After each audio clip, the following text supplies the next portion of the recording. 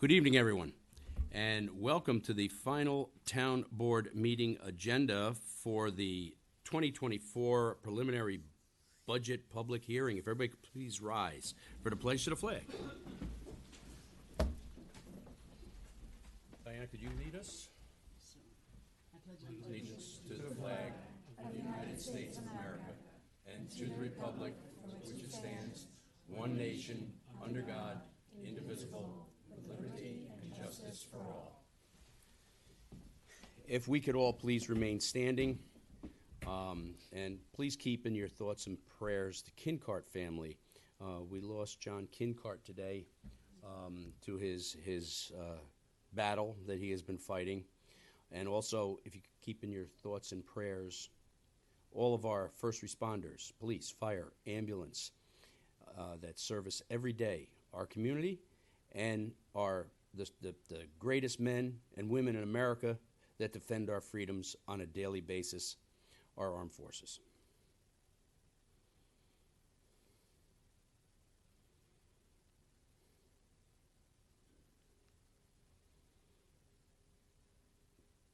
Thank you. Amen. Amen. Okay, before we get into the budget, we have a few housekeeping things that we're going to take care of first. And then we'll go into the budget hearing. Okay. So, since we are not going to be here for Pearl Harbor Day, which is the 7th of December, I'm going to read a proclamation about that. National Pearl Harbor Remembrance Day, December 7th, 2023. Whereas at 7:55 a.m. on December 7th, 1941, the silence of Sunday morning was shattered, pardon me, when the Imperial Japanese Navy attacked our forces on United States Naval Base at Pearl Harbor, leaving 2,403 Americans dead and much of our nation's Pacific Fleet destroyed. And whereas this attack led President Roosevelt to call on Congress to declare an act of war the following day, stating that December 7th, 1941, a day that will live in infamy. And whereas the crystal waters of Pearl Harbor have been the resting place of sailors and Marines aboard the USS Arizona, the USS Utah, the USS Oklahoma for 82 years. And today we remember the greatest generation who showed great courage and resolve to secure the freedom of millions around the world. And we honor these patriots and commemorate the value of all those who served. And whereas we mourn the lives of those we lost on that fateful day, we remember those who defended Pearl Harbor and all those who have answered the call to serve our country in battlefields across the world. And we are eternally grateful for the members of our military and their families. And it is fitting to observe a day in honor of everyone who served in the United States Armed Forces at Pearl Harbor on December 7th, 1941, and reflect on their sacrifices and those of their families and loved ones who freely risked all for the benefit of others. Now, therefore, be it resolved that I, Thomas P. Diana, Town Supervisor of the Town of Yorktown, along with the entire Town Board, do hereby direct the flags of the United States to be flown at half-staff at all town buildings and grounds on Thursday, December 7th, 2023, as we respectfully recognize Pearl Harbor Remembrance Day to honor those who died as a result of the attack on U.S. military forces in Hawaii. Can I have a motion? So moved. A second? Second. All in favor? Aye. Aye. Thank you, Tommy. Thank you, and thank you to all our military personnel, past and present. It was absolutely a day that's going to live in infamy for everyone who remembers that. Hopefully, they'll really start teaching a lot of these things in school where they haven't been teaching as much as they should and work it up to the Vietnam War and all our other wars since Vietnam, so that everybody understands what trials these armed forces personnel and their families go through to keep our freedoms free. Thank you. All right. On a nice note, we have Yvonne Check, our director of the John C. Hart Memorial Library. He's going to give us a little presentation on the outstanding things that they do at that library and some of the people that made that happen. Yvonne? Hello, everybody. So as Supervisor Diana said, my name is Yvonne Check, and I'm the director of the John C. Hart Memorial Library. And I'm here tonight to talk about a program that we did at the end of October. Following in the footsteps of the last year's successful Haunted House program, this 2023 edition of the Haunted House of the Library was, forgive this, a spooktacular success. Receiving rave reviews as about 1,250 visitors explored the haunted house and participated in activities either out on the porch or enjoying hot coffee for adults or freshly popped popcorn for all. The wonderful experiences of the Haunted House weekend were provided to the community for free and made possible by the generous support of the Friends of the Library, as well as complimentary coffee donated by our community business partners, Starbucks. Next slide. Oh, there you go. The Hart volunteers came together in creativity and through teamwork to develop the haunted house for the residents of the town. Next. They started over the summer months, meeting weekly, and began with conceptual planning. Next. And then in September and October, they continued to come after school to work on it. Through this project, the Hart teen volunteers explored their inner theatrical production skills, and many of them were able to discover some new capabilities along the way. The opportunity to develop from scratch and produce such an event was a combined educational, engaging, and entertaining experience for our teen volunteers. They really actually just started by sketching things out on the whiteboard and trying to come up with ideas. Next. Everyone has input. It's a collaborative project. Next. Everyone comes up with ideas, and all ideas are considered. Next. Our staff then helps provide guidance for sketching out the flow of the event and organizing how it's all going to happen. Next. When the room concepts are finalized, the teens then get to work on creating scripts, working on their acting, creating props and costumes, and getting ready. Next. And then, of course, they're eating snacks. Next. And the lighting. We had professional event planner Kevin Julian volunteering his time to help out. Next. And the library staff helping to get the community room ready. Next. There we go. The individual haunted rooms start to come together. And they start with just props that we gather that we think might work, and then the kids all help organize them.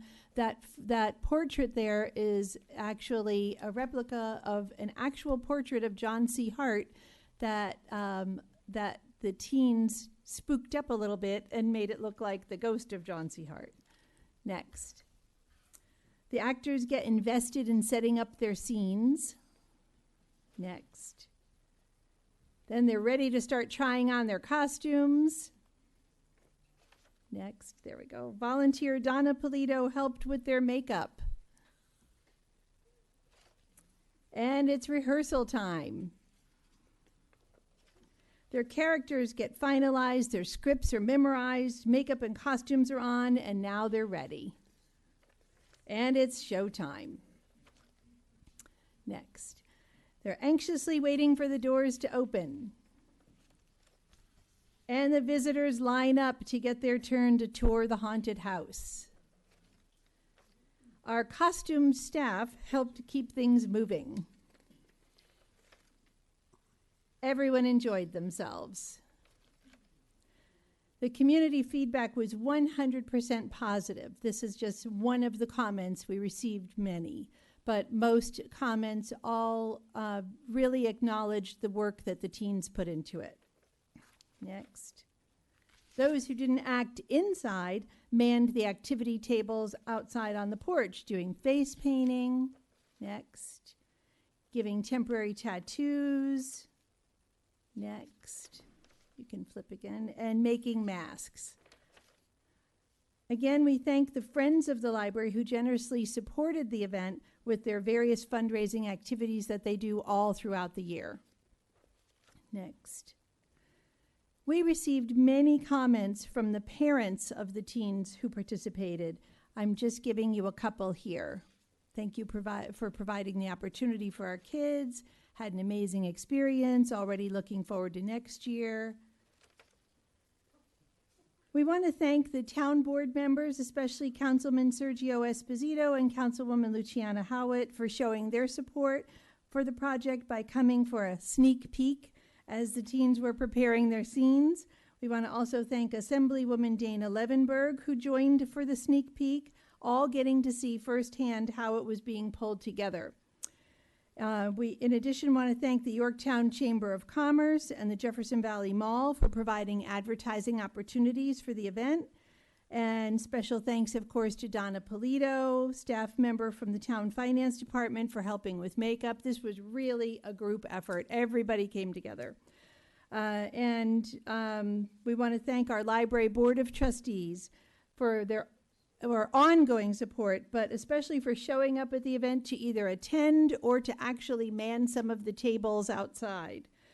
And of course, we want to thank our entire library staff for guiding and steering the project. It was a massive effort to coordinate, but it was all driven by the creativity of our teen volunteers.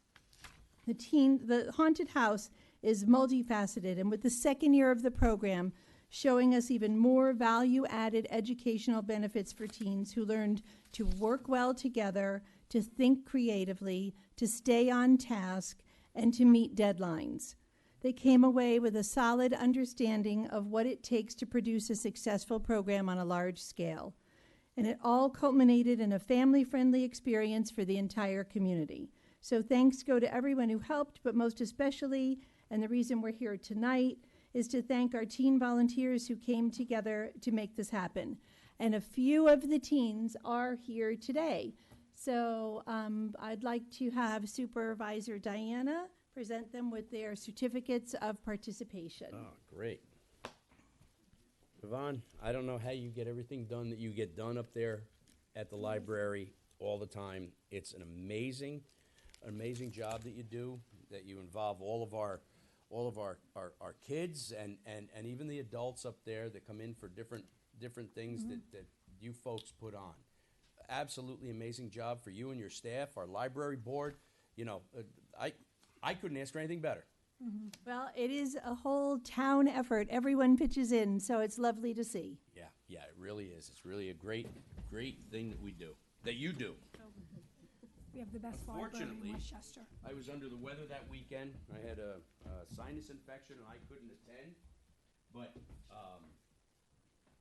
I wish I could have, because I was supposed to be the ghost of John C. Hart. Or we were going to have you be a severed head. Yeah, and or a severed head. So it would have been a lot of fun, but there was no way for with the sinus infection to keep my nose from running, unfortunately, and it definitely would have been severed at that point. All right, on with the certificates. A certificate from the Heart Teen for a Heart Teen Volunteer Appreciation of Community Service, and it's a 2023 Haunted House event presented to Sophie Guzman.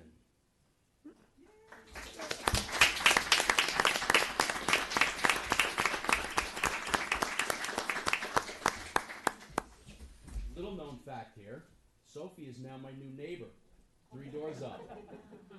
And I welcome you to the neighborhood, and I'd like to present you with that certificate, and we want to thank you, and you're not going back to sit down yet. Okay? You're going to stand right there. So if you're going to get embarrassed, you're going to be embarrassed for a little longer. Okay.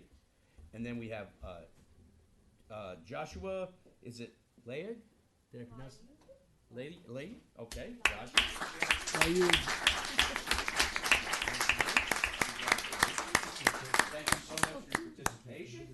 That's a great thing. And you're gonna have to stand up here for just a little while too, until we get all done with this, okay? All right, it's a good thing. It's okay. Well, you gave me the hard names here. Okay, Sophie, Sophie? Is Sophie here? Sophie, I'm gonna probably mispronounce this. Okay, it's, Zohong? Zong, okay. Sophie, come on up here. Thank you so much for That's great.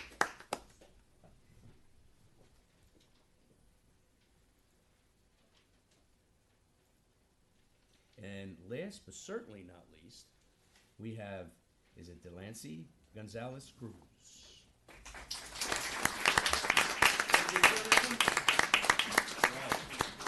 Thank you so much for what you did there. And it's great. And here's the certificate for you. Let's give them all a big round of applause. Yeah.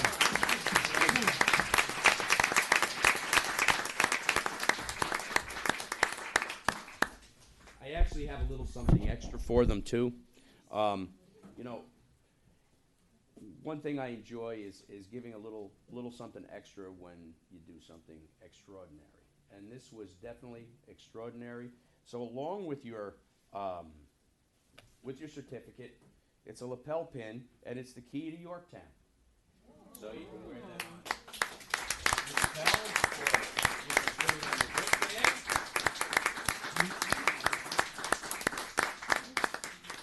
It's just a little thing, but it's kind of neat.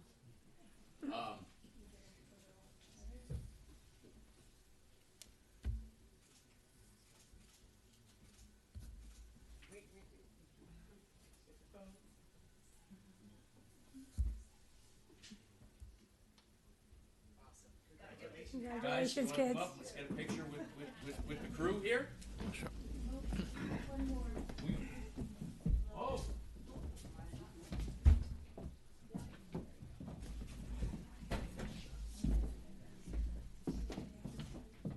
Ilona? This is your certificate. And also, we're gonna give you a key to Yorktown.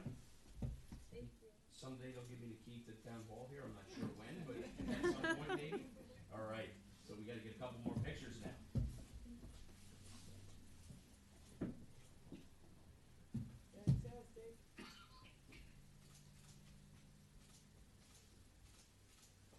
Moms? Thank you.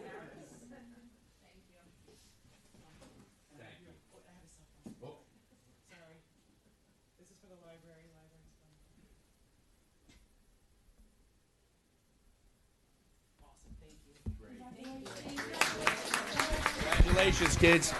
And, you know, on behalf of the entire town board, I offer my congratulations, my appreciation for all that you guys went through. You were all made up and had face painting and all that kind of stuff. Yeah, I And saw I wish I could have been the severed head. that. I would have had fun with Next year, that. Tom. So I'll see you a little later, Ed? Okay. Thank you so much. Let's give him a big round of applause.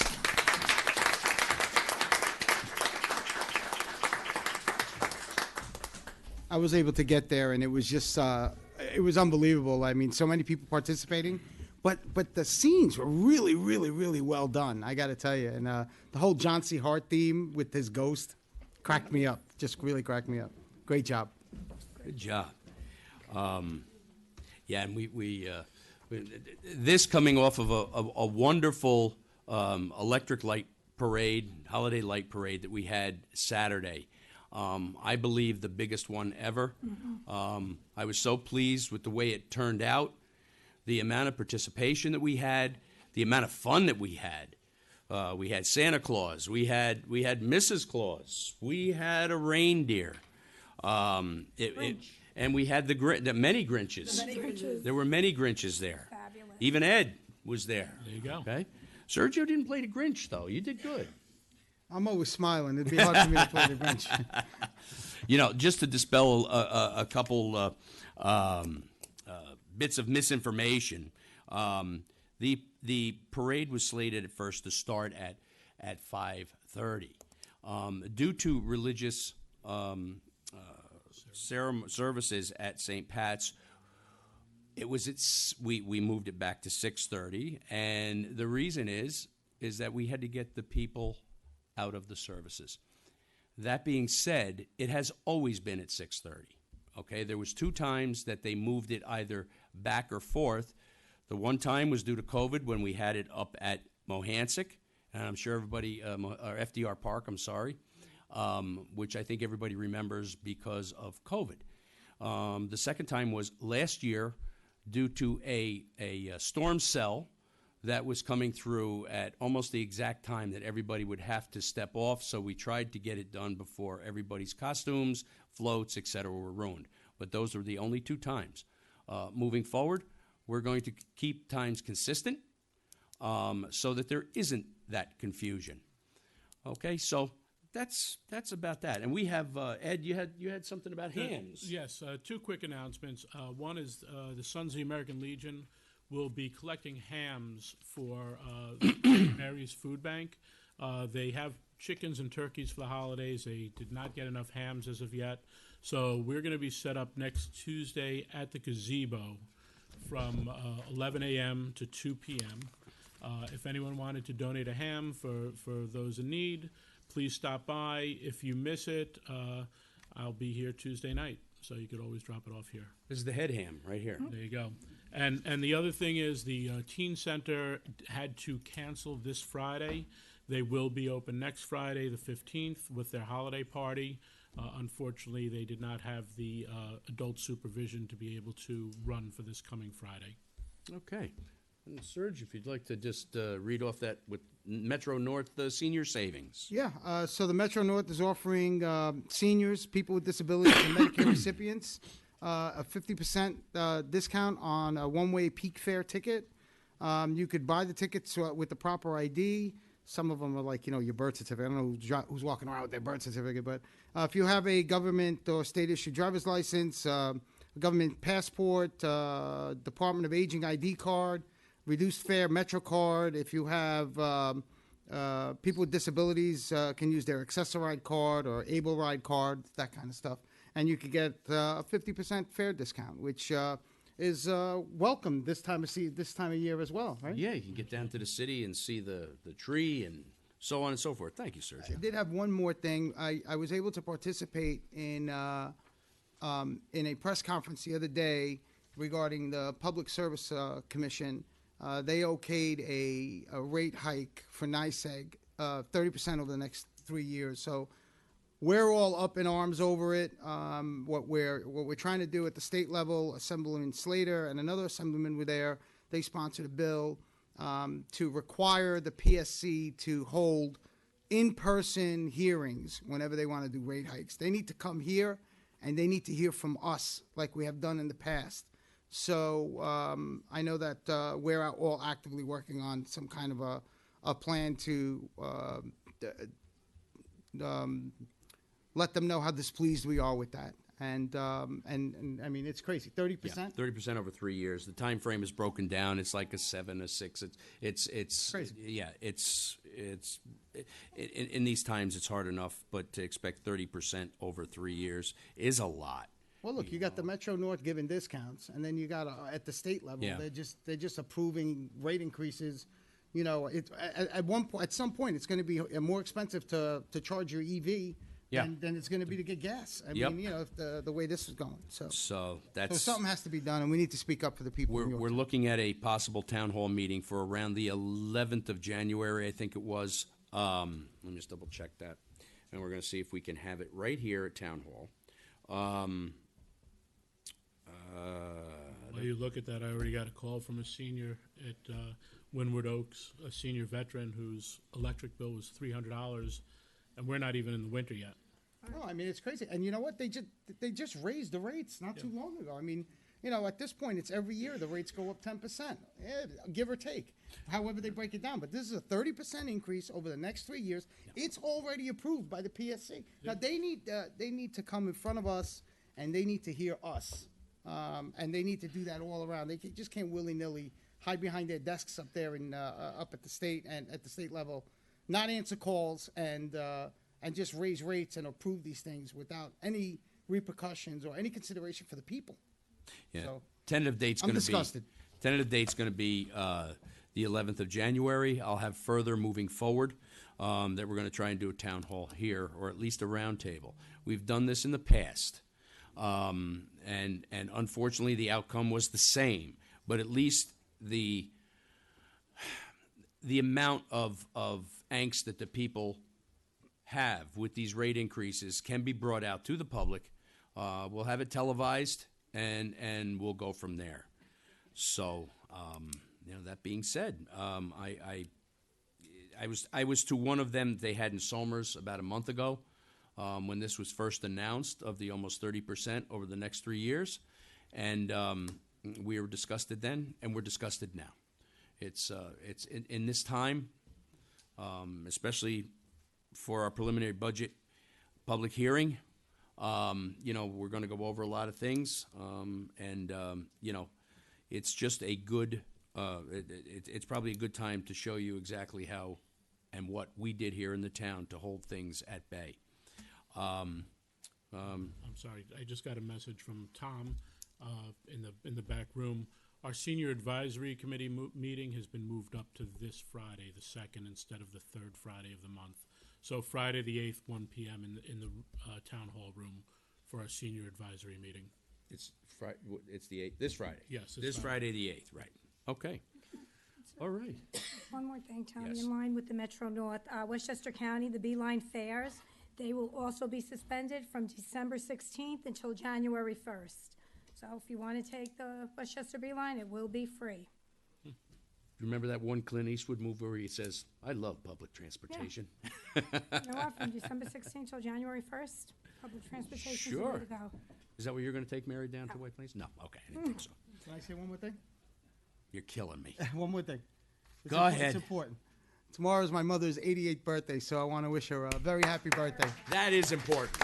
That is important. I God think she's bless. watching, so happy birthday, Mom. And I thought he might be here today, but happy birthday to Ed Safone turning 80 today. All right. All right. Anybody got anything else? Lou? No? We good? Good. Going once, going twice.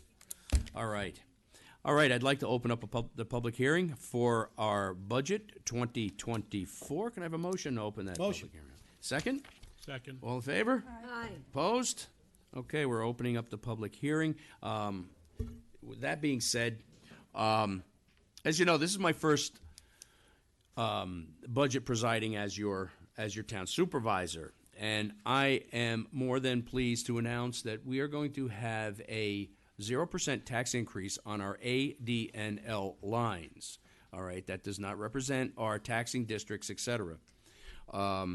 We have gotten a lot of infrastructure projects done in this last 11 months. We have beautified our parks. We have done approximately 11 miles of paving, maybe a tad more. And I owe this to the diligence of my department heads and our comptroller's office. Everybody tighten their belts.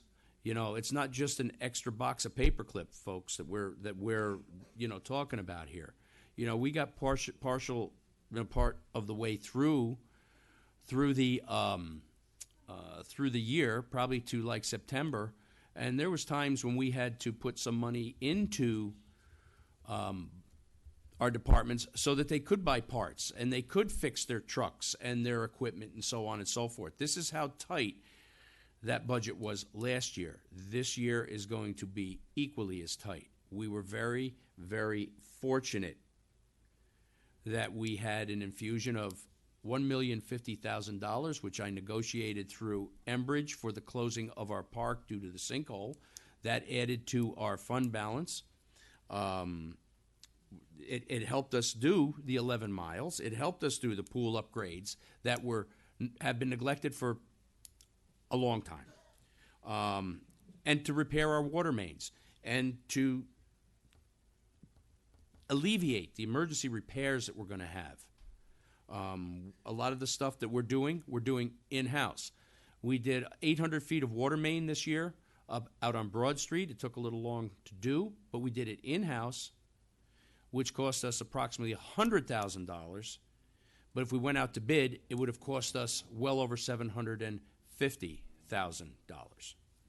I am proud to say that we cut new ribbons on the Yorktown stage. We did a huge reno there. We launched a new aeration system. Ken Belfer was championing that project. Great job, Ken, which I believe cleaned up the lake quite a bit this year. And we also had, like I said, I infused another $1 million worth of paving to be done this year. One of the jobs that we did that was needed was that we raised Mohegan Avenue. Thank you, Dave. I forget how much. I think it was like 16 or 18 inches. Little over 2 feet. Okay, I was close. But we raised it so that we can hopefully alleviate that flooding problem that had that particular roadway closed for weeks during these heavy rains that we had in this unprecedented rain time. We're in the process now. I have a call into the Army Corps of Engineers for Lake Osceola. Some things were looked at by DOT, and they feel that there is an impediment. Then we have to call Dave's beaver guy in maybe, but I don't think we have beavers there.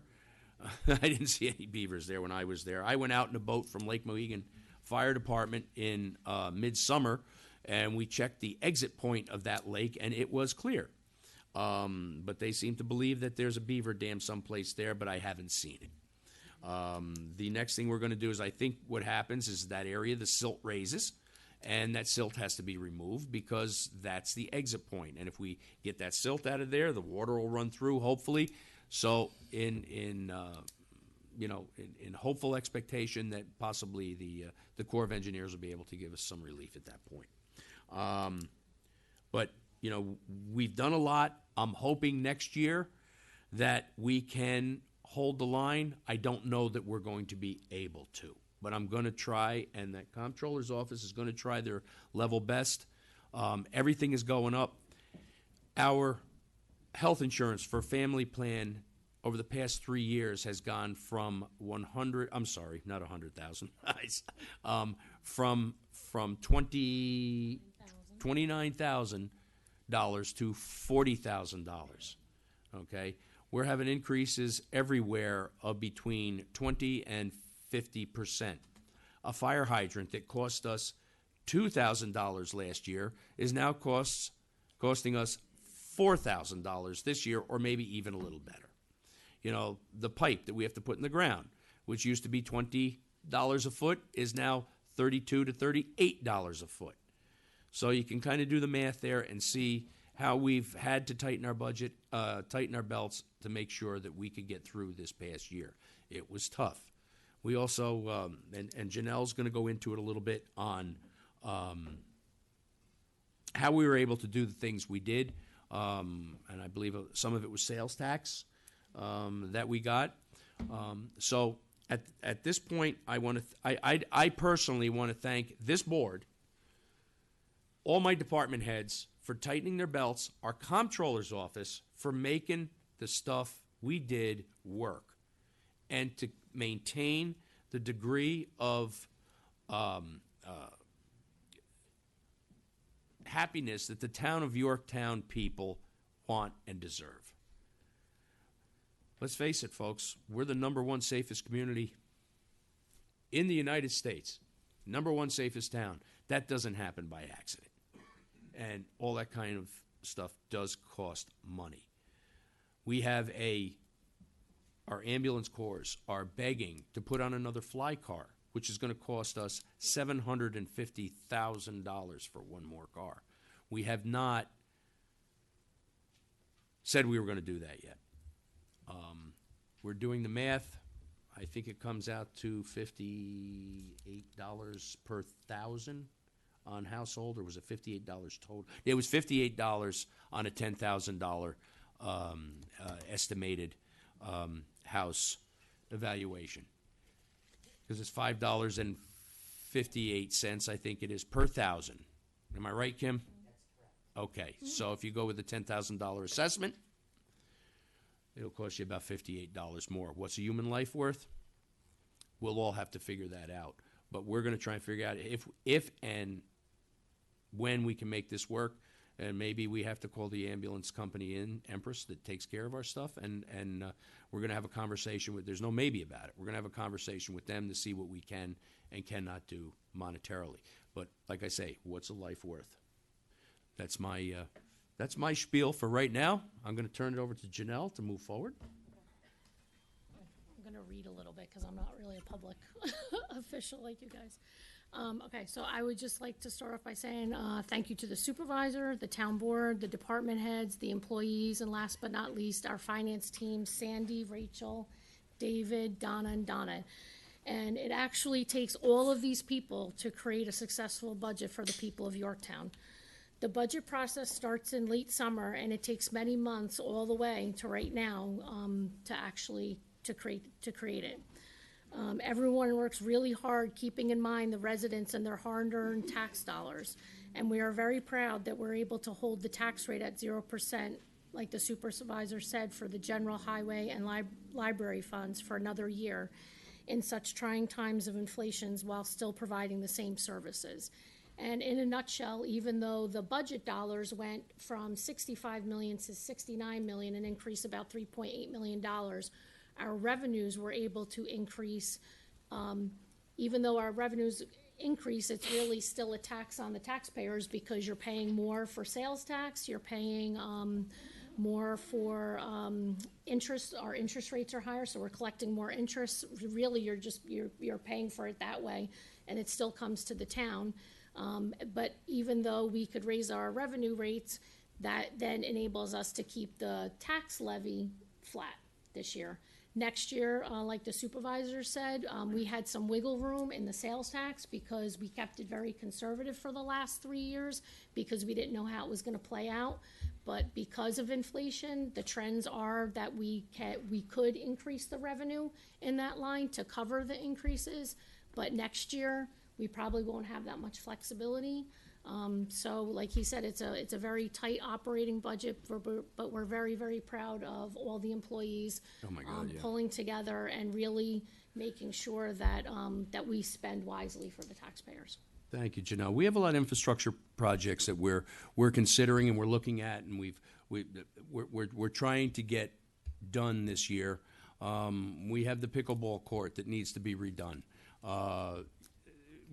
Many things we're going to do in-house where we can save money. Instead of the rip-out being done by contractor, we'll do the rip-out. We have the equipment, we have the manpower, we have the talent. So, and the guys like to do it, and the gals, they like doing it. They get a feeling of accomplishment. All the road work that Dave did, the drainage.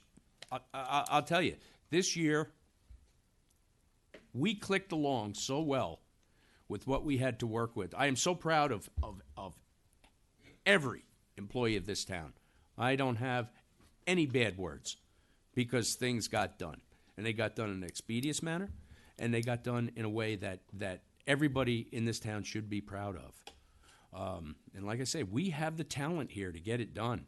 And where we can, we're going to do it in-house to save money for our residents. You folks deserve it. You guys deserve what we can do for you, and that's why we're here, is to do for all the people of the town of Yorktown. That being said, I think we even have tennis courts, etc., that we're looking at to get done. Where's Jim? He's around here someplace. There he is. I know we had looked at them also. So, these things don't go unnoticed, ladies and gentlemen. They really don't. We take into consideration, and it's very important to us to make sure that you folks get the things that you want and deserve. Okay. I'm going to open up the floor for public comment. Anybody'd like to come up, please do.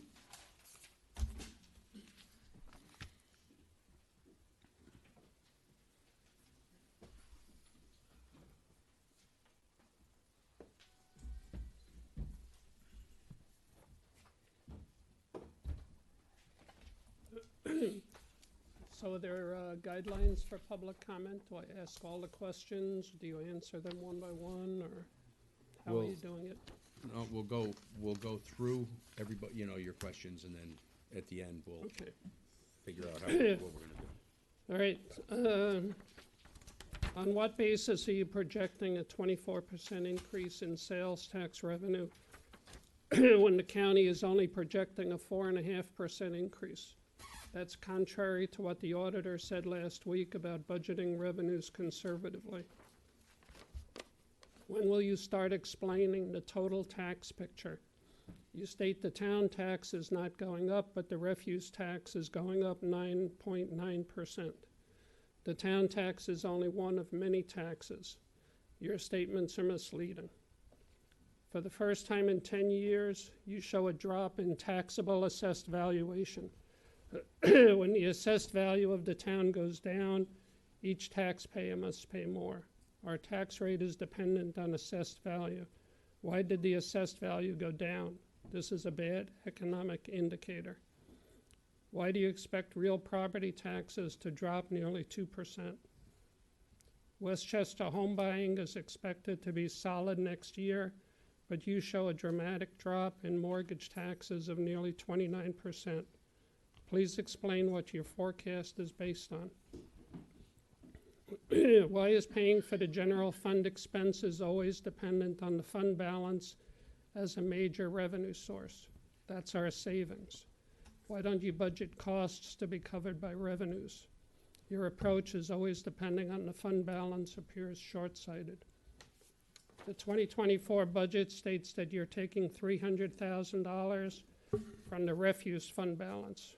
How much money was in the refuse fund balance at the beginning of 2023, and how much is in the refuse fund balance now? After using this $300,000, how much will be left in the refuse fund balance? For you to plan on using $300,000 from the refuse fund balance, you must know how much money is in the fund balance. Thank you. Thank you. Thank you. Good evening, guys. Larry Killian, 33-year resident. Congratulations, Tom Thank you, Larry. and Ed, on your election victories. Thank you, Mary, for your service for these past 2 years, even given the fact that I think you have a full-time job. Yep. So thank you for your service to Yorktown. So, tennis. You don't must- play any of that, do you? Well, you know I'm old. No, you're not. You know. All right. So, after a Band-Aid approach in 2019 with no drainage work done, we now have again appearing at Lower Downing cracks that are just getting bigger and bigger from June now to December. Thanks, Jim, if he's here, for putting it on the budget. But it's just an idea. So the thing is that the cracks are growing, and it appears that our tennis fees are not going to maintain the tennis court. So I have a series of questions. I'll give them to you afterwards, because as a teacher, if I give them to you now, you might not listen to me. Former teacher. All right. So, will you refund the fees that you have collected from us tennis players, given that the courts are really not being maintained, that the tennis players have paid a considerable amount of money, for example, to put in the windscreens, and we have to bring our own leaf blowers to clear the court after each storm. Shouldn't the fees just go for the rec department and maintaining the courts as opposed to going into the general fund? All right? The capital plan on 131 is very troubling. As I said, the plans are just in the idea stage. So question, why can't we reschedule the redo for next year? And I am hoping, after talking with Jim, that the drainage is also going to be, not just the patchwork, but we're also going to do with our crack staff, the drainage. Why wouldn't you replace the current lights with LED lights now as opposed to waiting to 26? If you did it now, we could start saving money on that now. The 688,000 that's on page 7 of the audit in the Parks Capital Trust seems not to be nearly enough. If you look on page 131 of all of the capital needs. So why don't you change your policy that allows the planning board to not collect the rec fees from small and large developers? And why, in the budget, why can't we just, instead of looking at just this Parks and Rec Trust Fund, it's not enough money there anyway. Why don't we just list the source as the general fund? And lastly, while waiting to play tennis at Downing, time and again, when I'm sitting on the bench, I look up and say, when are we going to put the Upper Downing courts back in service? Now some thoughts on development. I have spoken a few times to you about what I think is a really, really bad policy that needs to be changed, and how we give tax breaks to developers. And I'm speaking to Ed, not at the town board meeting. So I think this policy of giving tax breaks to businesses and developers to build new unneeded commercial space in the 21st century is very bad, and it needs to be changed. So, page 9 and 10 on the budget, it has it has our assessed value.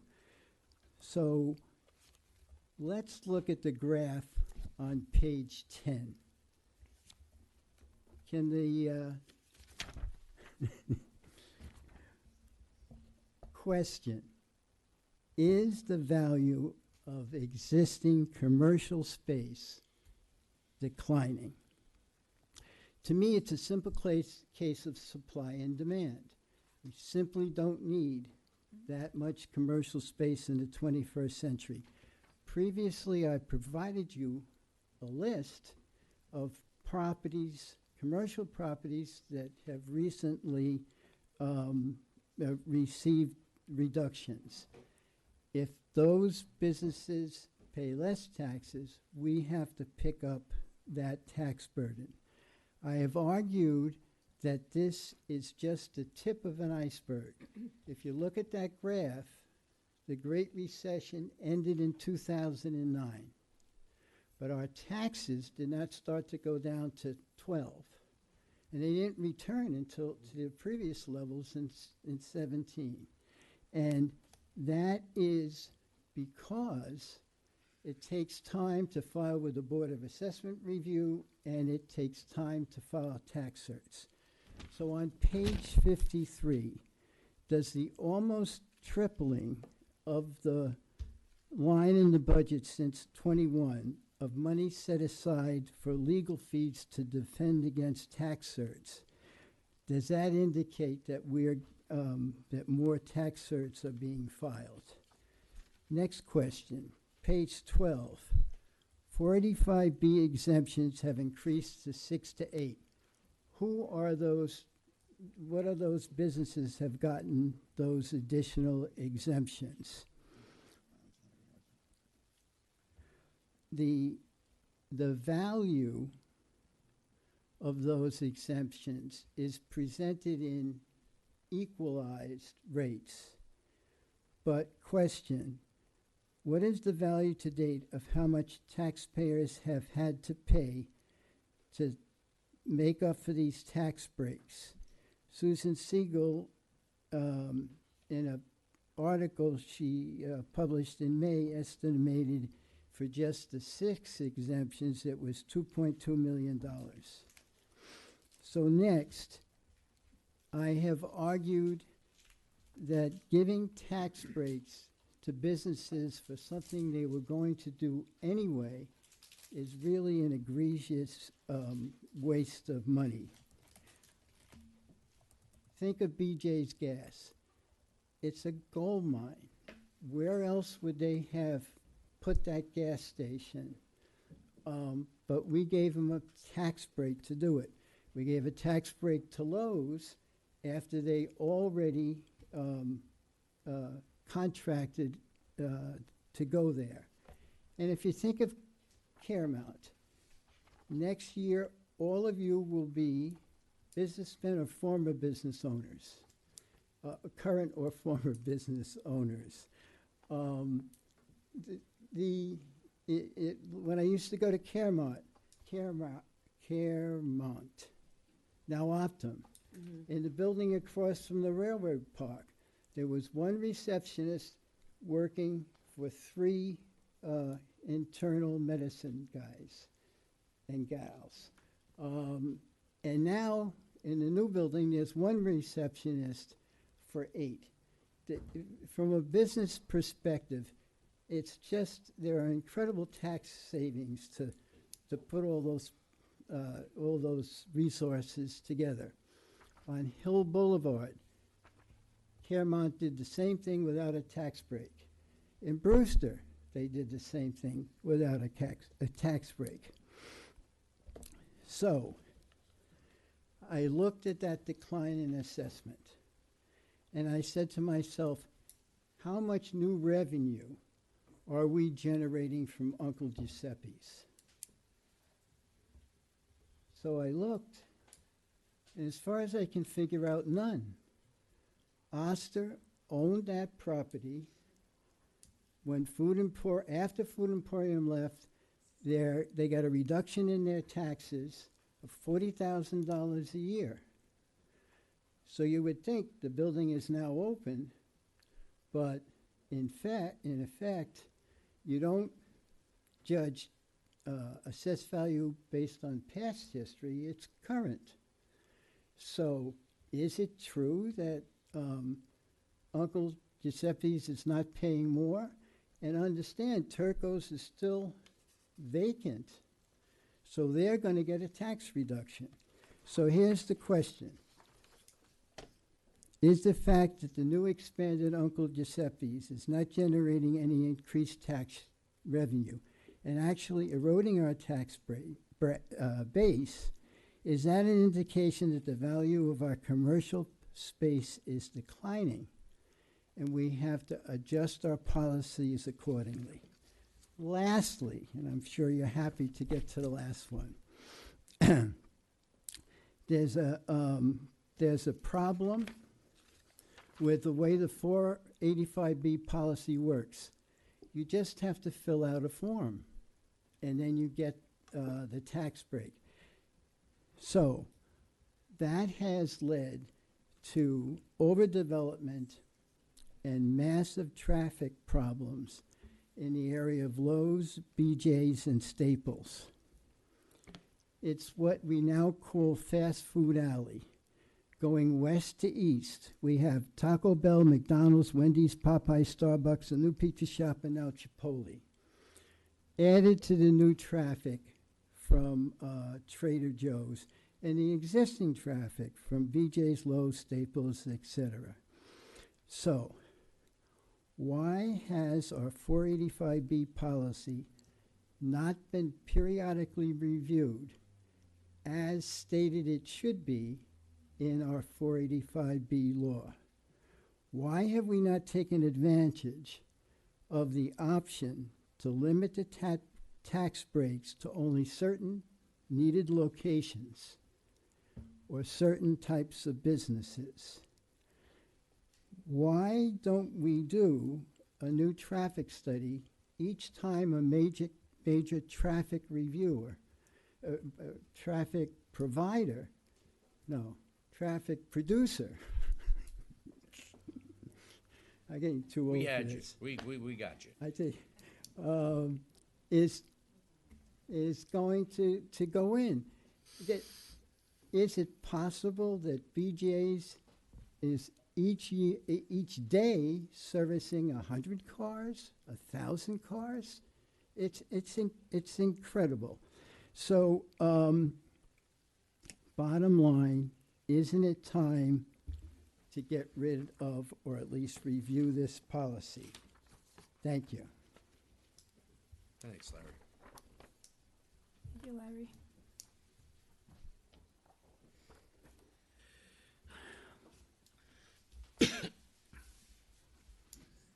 Hello. Good evening. My name is Mary Jane Killian, and I'm a resident of Yorktown. New topic, though. However, I do pay the bills at home, but he does do the budgets. Okay. I've long been concerned about the effects of climate change, and along with endeavoring to limit the use of fossil fuels in our own lives, my husband and I have felt a responsibility to help our larger community to do so as well. And let me give kudos to our town's Climate Action Committee for spearheading the effort to make requests for proposals for installing solar panels on municipal buildings. This effort needs to move quickly from exploration to implementation, and so requires a real commitment on your part, a commitment reflected in our town budget. A few months ago, I wrote a letter to the local papers voicing my concern that our current town board hadn't taken advantage of many clean energy options in order to save hundreds of thousands of dollars for our taxpayers. And that is precisely why I'm here at a budget hearing tonight. Not just out of concern for climate change, but because it is a very real budget issue about saving taxpayers money as well. I know that all towns, like households, have budgets and expenses. Towns have a primary expense of wages and benefits for their employees, and few opportunities to decrease these expenses and generate revenue. But I can assure you that transitioning to clean energy offers an opportunity to do just that: decrease expenses and increase revenue. Let me demonstrate with an example. Let's look at what our neighboring town of Croton has planned at no cost to their town. They've contracted to cover part of their parking lot with solar panels, which will reduce expenses by providing free electricity for their municipal buildings, 24 charging stations for cars, while also increasing revenue with $400,000 a year in rent for that lease. Imagine if Yorktown covered their parking lot near Yorktown's Town Hall with solar panels and added EV charging stations, generating hundreds of thousands in revenue and free charging for town vehicles. It's a location within walking distance of many residences and stores, and also people walking on the trail could charge their cars, and people driving into town could charge their cars while walking to businesses in town. Now, back to the budget. There's another approach we could also use. Why not use the money available in our fund balance to invest in clean energy? When my husband and I embarked on such a transition, we had to, of course, consult our budget. I'm the bill payer, and I had a very real initial concerns about the expenses. But what we have actually found is that the process is saving us money. When we borrowed money to replace our roof, we had to pay back every penny. However, when we borrowed money to cover our roof with solar panels, our electric bill went down to just $40 a month, with free electricity to run our hybrid plug-in car. And we're saving another $100 a month additionally with a heat pump water heater, and then we'll save even more. This allows us to pay off our initial investment in 3 years with free electricity for the next 20. So I repeat, is Yorktown ready to make this very important transition to clean energy by including specific plans in the budget, thereby saving taxpayer dollars as well? I suspect many residents would echo my request tonight. This is a serious request to which I hope you'll give serious consideration. Thank you. Thank you. Thank you, Ms. Skilling. Thank you, and I'll leave you with my questions.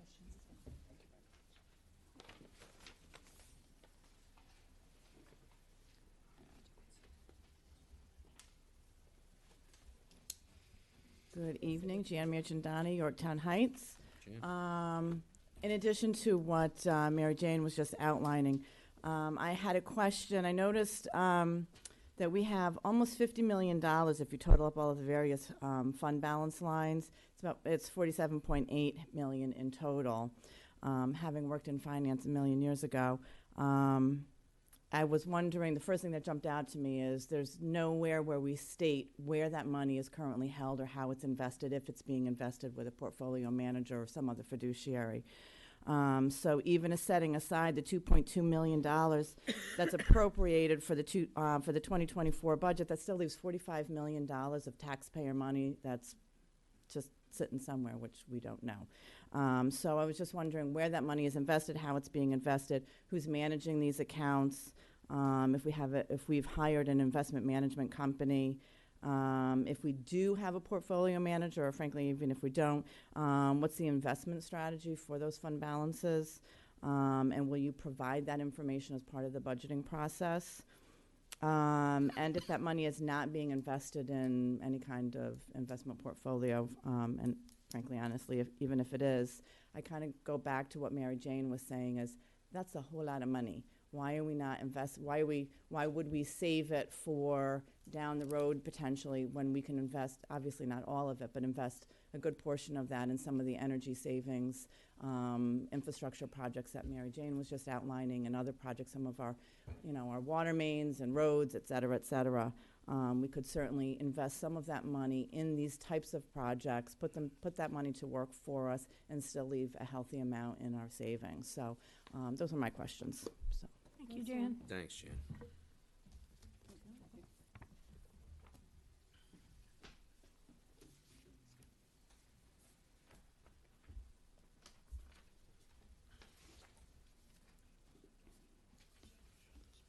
Good evening, Susan Siegel. I have both some general comments and also some specific questions, okay? Let me start with my general comments, which are based on my experience. As you know, I'm a former supervisor and a councilwoman, and I've been a resident who has reviewed, I venture to say, more than a dozen budgets, right? Mark, I think, was the first speaker, and he asked how you're going to respond to all of these comments. There have been some very, very good questions and comments made, and I would say 90% are directed to the town board and not the comptroller. So I would urge you, and I hope you're all taking notes, that you will respond to all of these comments. And in fact, I just have to cross out some of the things that I was going to say because they've already been said, but I just want to reemphasize some points. The point about what is the, quote, town tax. I've been saying this year after year after year after year. We have to stop talking about the so-called town tax, which is just three funds, general, highway, and budget, because every residential taxpayer pays for refuse, which is a major tax. We also pay for the EMS. And I would venture to say 70% pay a water tax, and a good 7,000 or so pay a sewer tax, all right? So even though the, quote, so-called town tax is coming in at zero, residential taxpayers are actually paying more.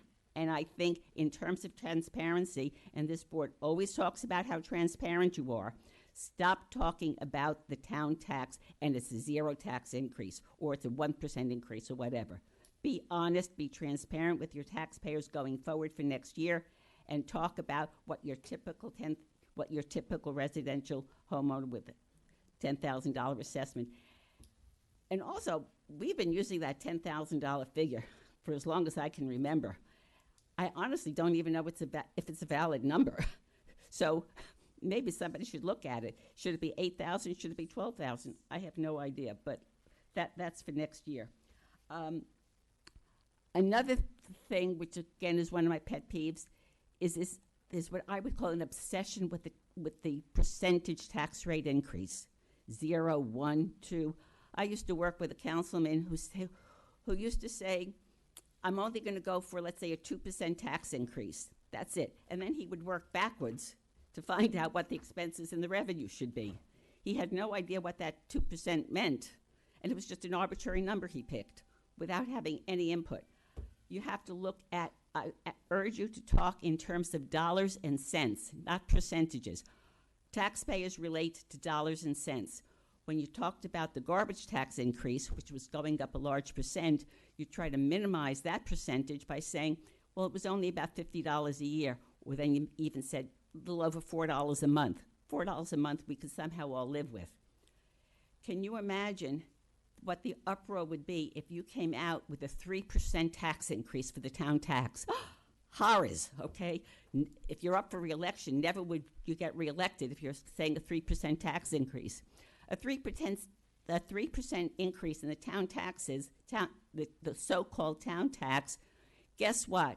My calculation says it would be about $50, the same $4 per month that you're talking about for the garbage tax. And I haven't bought a pizza pie in many, many years, but I think maybe $50 is maybe two pies. That's what we're talking about. But my gosh, you would be devastated if you had a 3% tax increase. So please, going forward, talk dollars and cents and not percentages. In terms of the 2024 budget, that budget and the ones in previous years have been short-sighted, and I don't remember what some other speaker used the same term, short-sighted. And it doesn't address the reality that our expenses, as the supervisor said earlier, keep increasing and increasing, and over which we have no control. You cited the medical benefits, the retirement benefits. We have a wonderful workforce. They're entitled to yearly increases in salary, and salaries are the major expense in our budget. But our revenues are not increasing that much, and other than the taxes, we have virtually no control over most of the remaining revenues. And let me single out two, especially the sales tax, which somebody else mentioned, which is having a whopping 24% increase for next year. We have been fortunate in recent years. Sales taxes come in higher than projected, and that's helped add to our fund balance, which we have been able to use. The county is actually projecting less money for 2023 than what was in their budget. Less money. We get our tax money, we get our sales tax from the county. So if the county, we still have one more quarter, am I correct, Janelle, one more quarter to get from the county. So if the county is projecting less, we might get less. And certainly if the county is projecting less of an increase for 2024, on what basis are we projecting 24%, especially since our auditor has consistently said year after year, be conservative in how you estimate your revenues, especially the revenues you can't control. Even the comptroller has said that at a recent meeting. 24% is certainly not conservative, but you needed 24% in order to come in with a zero town tax. The second item, we're being unrealistic, is we are relying on the fund balance to cover our expenses. That's like a homeowner taking their savings account, their rainy day fund, to go spend for a vacation, or to go buy some luxurious car or something that they don't need. We are living beyond our means. The fund balance, with few exceptions, should be used to pay for long-term needs, to pay for a new roof that will last 30 years, pay to replace our drainage pipes that are in the road for 50, 60 years, and talk to Dave Paganelli, they're all decreasing. All of our improvements, that's what the fund balance should be used for.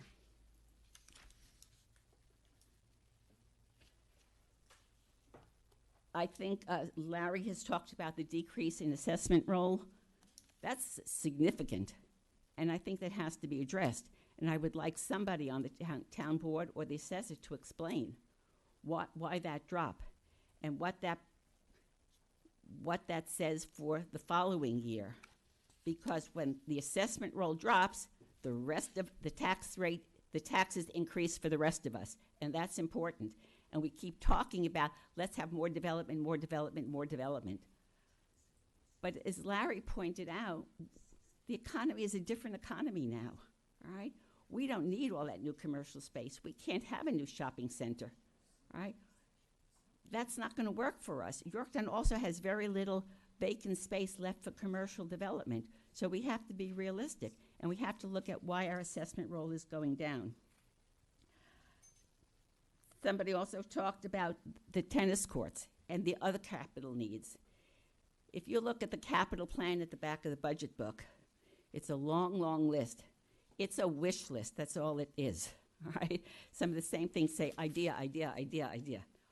What this board needs to do is, okay, go to that wish list, but you need to adopt a one-year capital budget and say in 2024, these are the projects we're going to spend.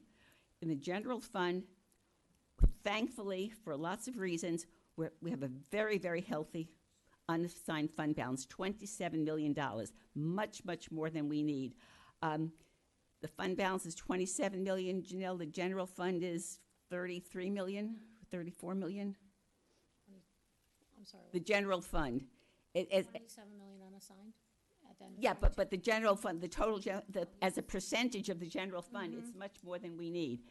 You've already indicated what capital projects you're likely to fund next year. The Old Compound Road culvert, the radio for the police department, the Shrub Oak swimming pool, those are all on the table. Decide how much of that 27 million is safe to spend in 2024. Then subtract out what you're already committed for, and the ARPA funds. You're committed to spend the rest of the ARPA funds, and then say I'm left with 1 million, 2 million, 3 million. That's your decision how much to spend, and have a plan and say this is what we're going to do, barring an emergency. All right. So so some department head can come or some resident can come and say we need X. Okay, that's a good idea. Let's do X. Well, maybe you'll do it in 2025 or 2026, but have a plan of what you're going to do in 2024, and let the community know so they can figure we're going to do this tennis court or we're not. We can't afford it because we have all of these other projects that take priority. Plan it, put the budget in, and you can't say I'm going to go for a grant because you're not going to know if you get the grant later, but use the funds that you have, plan it, and start getting it done. Too many projects get talked about, but never get done, right? Now I'd like to ask some specific questions on line items. These, I guess, Janelle can possibly best address. The supervisor's line, 1220.0442, $60,000 for communications. I'm assuming that's for the PR firm to continue writing press releases and possibly the supervisor's newsletter. There's nobody on staff who can do that job. It's very simple to write a press release or a newsletter. I think we can save $60,000. On the controller's line, 1315, I think they're eliminating the IT person that was hired last year. Can you explain why we don't need that person? Purchasing, 1345.0421, roughly $121,000 for computer software. Since there's a computer software line in most departments, can you explain why this line is in purchasing, what that is for? In the legal department, I have a question on both revenue and expenditures. In the master fee schedule, there are fees to be charged when the legal department reviews multiple documents like deeds and easements and other agreements. That fee has been on the books for years and has never been collected. I say this at every budget hearing. I'll say it again this year. If you don't plan to collect the fee, then eliminate it from the master fee schedule. But if you want to keep it in the schedule, then start charging for it. On the expenditure side, 1420.0437, foreclosure. You haven't done anything in foreclosure all this year. We have over $4 million, possibly $5 million in unpaid taxes. I can tell you some properties haven't paid taxes for many, many years, one since 2006, all right? Why are you budgeting money if you're not doing anything on foreclosure? 1420.0426, the part-time prosecutor who basically prosecutes code violations. Who oversees the work of that person? Town attorney, the building department, the town board? Because if you look at records of how code enforcements are prosecuted at the town court, you'll see that nothing happens. They are adjourned and adjourned and adjourned and adjourned. And when the fees are when it's finally resolved, the person gets a slap on the hand and a $200 fine for years and years of violations, for multiple fines. So somebody has to check on what the prosecutor is doing. On I'm sorry, I'm old-fashioned. I still call it the YCC, not the ACCC. It's too complicated for my tongue. All right. On the revenue line, could you tell us what the vacancy situation is at that building? Because I think somebody mentioned that Head Start has left the building. There's a slight increase in revenue, but that might be due to rent increases for the existing tenants. So what's the status in terms of vacancies there? Capital contingency, 1990.0499. Why do we need $200,000 in capital contingency when we have $27 million in a fund balance for capital projects? In fact, I just saw on tonight's agenda, we're taking $53,000 from capital contingency to pay legal bills. Either take that $200,000 out or put it to something else. Give it to the Parks Department so they could do more repairs to some of our playgrounds. I like that one. Okay. The department heads can fight for the extra $200,000, but since it's already in the budget, it doesn't belong. That's been a fairly recent addition to the budget. And again, I can understand $100,000 for contingency. You never know what's going to come up. But for capital projects, you're sitting there with the fund balance. You don't need it. The water district, okay, on the revenue side, 2140. Can we have an update on the progress of the installation of the new meters, for the residential meters? And I'd also like an update on what's happening with the commercial meters. That years ago, the town board decided that all of the commercial meters had to be inspected, and when they were malfunctioning, they had to be replaced. Commercial meters are a major, major water usage and generate revenue for the water department. And I think that, I don't know what's been happening there. Sewers. You can see I've read through the budget, okay? The town is under a consent order for the Hunter Brook pump station that has I&I problems, and you're aware that it has I&I problems which could stall the Toll Brothers project, which I think the town board supports. Zero has been spent this year for I&I, and zero is planned for 2004. You've got a problem. You know you have a problem, but I don't see any plans to spend the money to decide what you have to do to fix it. Halleck's Mill, also known as Yorktown Sewer, you have a serious I&I problem, okay? You're only budgeting $10,000 for I&I. That's clearly inadequate. I guess you didn't want to raise the tax rates in those districts. But again, you're going to have problems. How are you going to deal with the Toll Brothers project? Can you also, and this is something again for the controller, I'm a little confused. I can understand how bills for all of the sewage treatment plants and pump stations are paid for through the Halleck's Mill or YS system. But for work that's actually done in the other, we have many more, the districts that are part of the Peekskill system. Can you explain how those costs are actually paid by those districts like the Hunter Brook or the Osceola Sewer District? In some of their lines, there's a transfer to YS. Is that based on actual costs? For example, when the staff, who's physically located at the Halleck's Mill station, go out and do some work at the Hunter Brook station, okay? It costs X dollars, okay? Are they charged that? Or is it just a flat percentage fee of their budget? Could you explain that? Because I'm not sure. In my gut, I think that Halleck's Mill taxpayers might be paying for some of the costs for the other sewer districts. It's just my gut, so I need that clarified. And my final specific question is on the tree fund. Could you tell us how much money is in the tree fund and what the plans are to use that?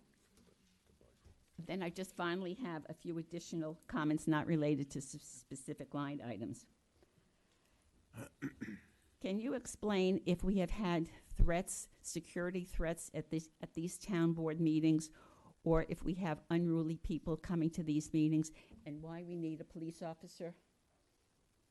Is he there? He's out in the hall. Why for years we have had a police officer come to attend these meetings? All right? And if I can see they're either taken, I think, correct me if I'm wrong, there may be 2 officers on this evening shift, whatever that is. So is he not on the road responding to calls? Or is it an additional shift, and that's an additional charge for the budget? I just don't see the need. I mean, they're very nice people. I say hello to them and goodbye to them, good night, and have a good time, all right? But maybe if the officer was patrolling, doing traffic control on Underhill Avenue and giving speeding tickets, the taxpayers might be better served than just sitting here. That's just been a pet peeve of mine for years. The other question, the supervisor, you started this meeting with a long list of accomplishments, and yes, there have been accomplishments. In your budget letter, you said the fluoride project is finished. I'm sorry to say and to let the people know it is not finished. You know how many times you have heard me speak about what's happening. It's over a year that we were told it would be finished in 2 to 3 months. Well, it's not finished. This is a Yorktown project. It is not a Northern Westchester Joint Waterworks project. But because town staff doesn't seem to be able to complete what has to be done, Joint Waterworks has said, we'll do it. But they can only do it if Yorktown creates an IMA, an intermunicipal agreement for them to do it. And they have asked for an IMA, and I'm told that they haven't received it. I'm also told that it's not big bucks. We're talking maybe they need $11,000. You know, the pumping system that puts the fluoride into the water isn't right. I think it needs a software adjustment. I've known about this for at least 2 or 3 months. What is taking so long? Just from the year. I've been waiting for 10 years for the fluoride system. So if I sound a little frustrated, I think you can understand. And I think you'll all agree that the lack of fluoridation is a health problem. You've heard from Dr. Tegmeyer. You've heard from other dentists. This is a serious issue that we've been without fluoride, and people assume the water is fluoridated, and it's not. What's taking so long, and why can't you get that IMA out to the Joint Waterworks tomorrow? It's pretty much of a template type of an agreement, and we're not talking big bucks. And if Yorktown staff won't do it, let Joint Waterworks do it, but they need a piece of paper. I'd also like to reiterate the comments about the 485B. I think those are very valuable comments. This is a program that needs to be reevaluated. Thank you, and I'm sorry if I took too much time. Bye-bye. Thanks. Bye, Susan.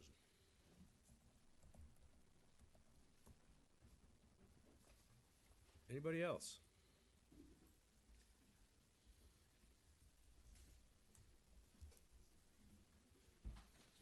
Okay. Good evening. I'm Jenny Sunshine, Yorktown resident. Thank you for having this meeting this evening and allowing us to speak. I appreciate that. A couple of comments, though, before I start. I love your decorations out there. It's beautiful. I love decorating for the holidays. I would just add that it would be really nice if you had, I saw the menorah. I'm Jewish, so I care about that. I realize I'm not in the majority, but anyway, it would be nice if you had a larger, because the menorah is like this tiniest little thing like on the side. If there was, something bigger that was for Hanukkah, that would be nice, and also something for Kwanzaa, because we do have a lot of different residents from all over who I think would really love to see that at the town board. At the town building, so it'd be great. Okay, I also want to make another comment, just because it's important that you have a different perspective on things, because you don't always hear from everybody, but So Mr. Kellyan was talking about a lot of the development, the fast food and all that stuff that's going in on 202 near Staples. I just want to let you know that I don't even like to go into the Staples shopping center near BJ's anymore. I don't even want to get gas over there anymore, only because it's too much for me. I don't want to have to fight. I always feel like I'm going to get, like my car's going to get hit because it's a really small turn in there and there's too many people and it's too crazy and I just don't want to eat that food. And so I don't even go to BJ's anymore. I just want, it's important that you know, sometimes development is, and I will have questions, I promise. Sometimes development is good in certain places, but we also need our open spaces and our green spaces and our other spaces where we feel like we can breathe and there's less traffic and different kinds of stores and restaurants and places and the way that they're all shaped. To have everything shoved into one area, it makes people not want to go there sometimes. I'm sure a lot of people love it, but there's other people that feel differently. So I find myself in Mount Kisco, I go there to Staples, or I'm in other places. So anyway, to some of the questions regarding the budget. Okay, number one, who manages the money in the Parks Capital Trust? Do we hire an investment management company? Number two, what are your plans to improve the Hunter Brook ball field, and when will you improve that field? Number three, why do you expect recreation fees to go up 18%? Okay, and for how much money was lost in 2021, 2022, and potentially in 2023? Because you often accept property or other arrangements such as at Underhill Farms in lieu of the full park and rec fee. I know that was already mentioned, but it's important to me. We know it's the planning board that makes these exceptions, but the planning board is not here for a budget review, and this is a budget issue. Number five, I only have like 7 things, so I won't be long. So another thing about taxes and our development.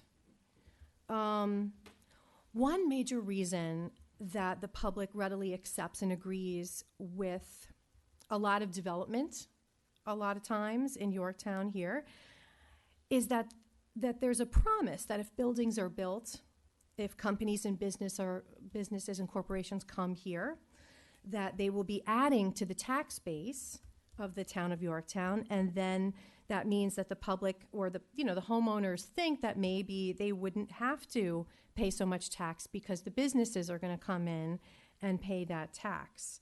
And this is implied when we talk about development and so forth. And we've had a lot of development, as I just mentioned, with Lowe's and Starbucks and Slice Pizza and Trader Joe's and new condos and the larger Uncle Giuseppe's and expansion of Optum Healthcare, new Wendy's drive-through, Popeyes, Argonne Brewery. Thank goodness for that, though, because that's really awesome, on Route 6. But then, wait a minute, how come our taxes haven't gone down? I mean, it's an honest question. As citizens, we have all this development. Where's the benefit to the citizens? Why hasn't our taxes gone down? It's just a logical question.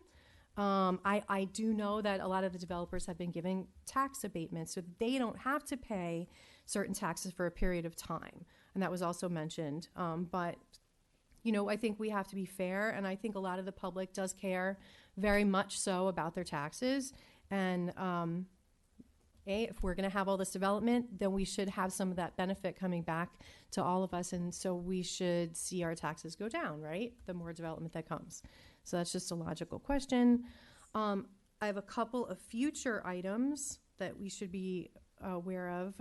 First is that I realize that more paving is going to happen. I really hope there's going to be paving on Ravencrest Road and Elk Court between Curry and Poplar, because I can attest to the fact that it hasn't been paved in that stretch for at least 25 years, and we really need it. And there's probably many other roads that really, really, really do need paving because it's been just a really long time. So I hope that in the future there's money in there for that.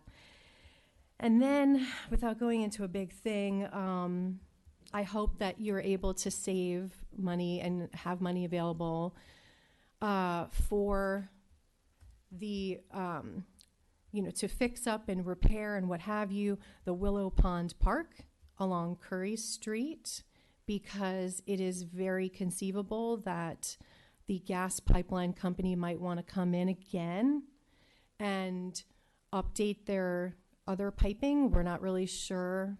We don't know any details yet, but I know people that are very much paying attention to the pipeline. This pipeline goes right through our town and in my neighborhood. And I remember the last update that we had was really difficult when they took apart the entire park, and it was like months and months of trucks and dust, and and they cut down so many trees and greenery and pieces and spaces. So that might happen again. So I hope that you have money to maybe fix it up again if it has to happen again. So I guess, and if there's a way you can say no to them, that would be amazing. They already did it once. I don't know if they have to do it again. All right, that's it. Thank you so much for your time. Thanks, Jenny. Thank you. All right. Anybody else?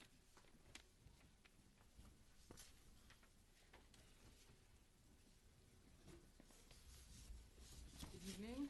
Evening. Sheila Schreier, Colonel Green Road. Hi, Did you, Sheila. did you join the homeowners association? I just put my, I actually drove up to Elliot's house and stuck my stamped envelope in his mailbox because it was sitting on my desk for like 3 weeks since you asked me. But yes, I did.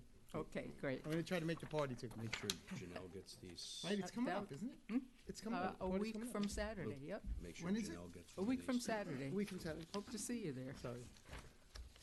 I have some other issues, but I just want to piggyback on what Jenny had said. I had spoken at the hearing of the planning board about the unicorn development, about them waiving the park and rec fee, which was substantial, and allowing Unicorn to put some sort of thing on the property. I think it had to do with a pond and historical signage and stuff like that.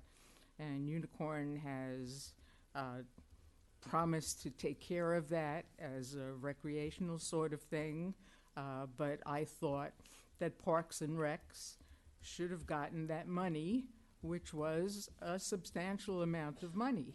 We have our own rec facilities, fields, ball fields, parks, whatever, that really need fixing up.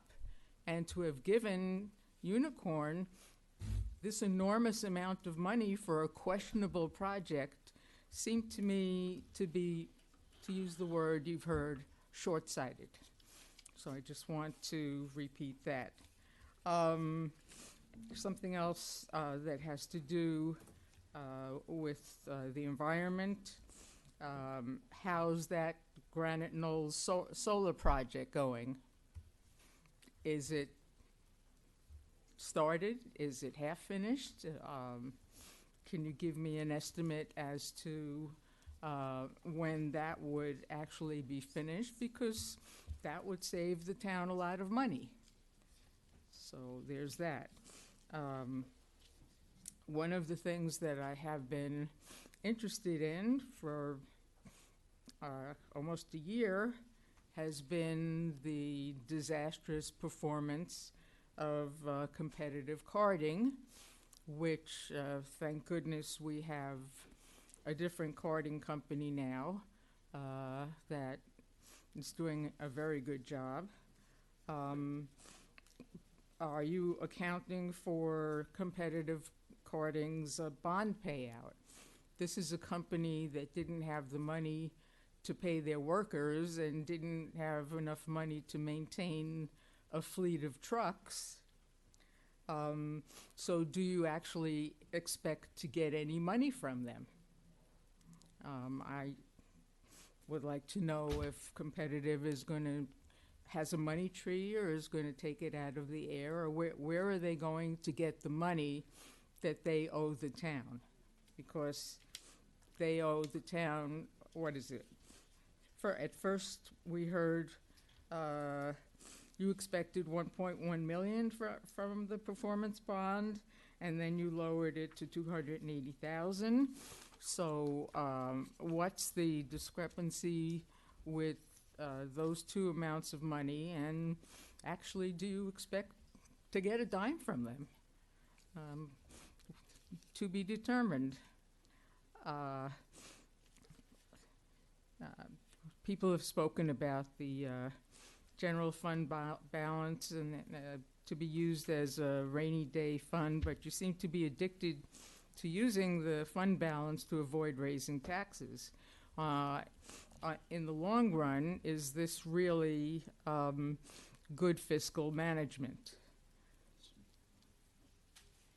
Last year, when the garbage contractor competitive carding defaulted and Mr. Diana negotiated a new contract with CPR, he stated the increase per taxpayer was only pennies per day. So why are you using the rainy day fund instead of maybe raising taxes pennies per day? My final question has to do with the lawsuit coming from AAA. Do you have money set aside to fight this lawsuit? And is this lawsuit in the works? Have you already started to litigate the lawsuit by AAA? Because they seem to be digging in their heels as far as not backing down to withdraw their lawsuit against the town. So that's all I got. Thank you. Thank you. Thank you, Sheila. Thank you.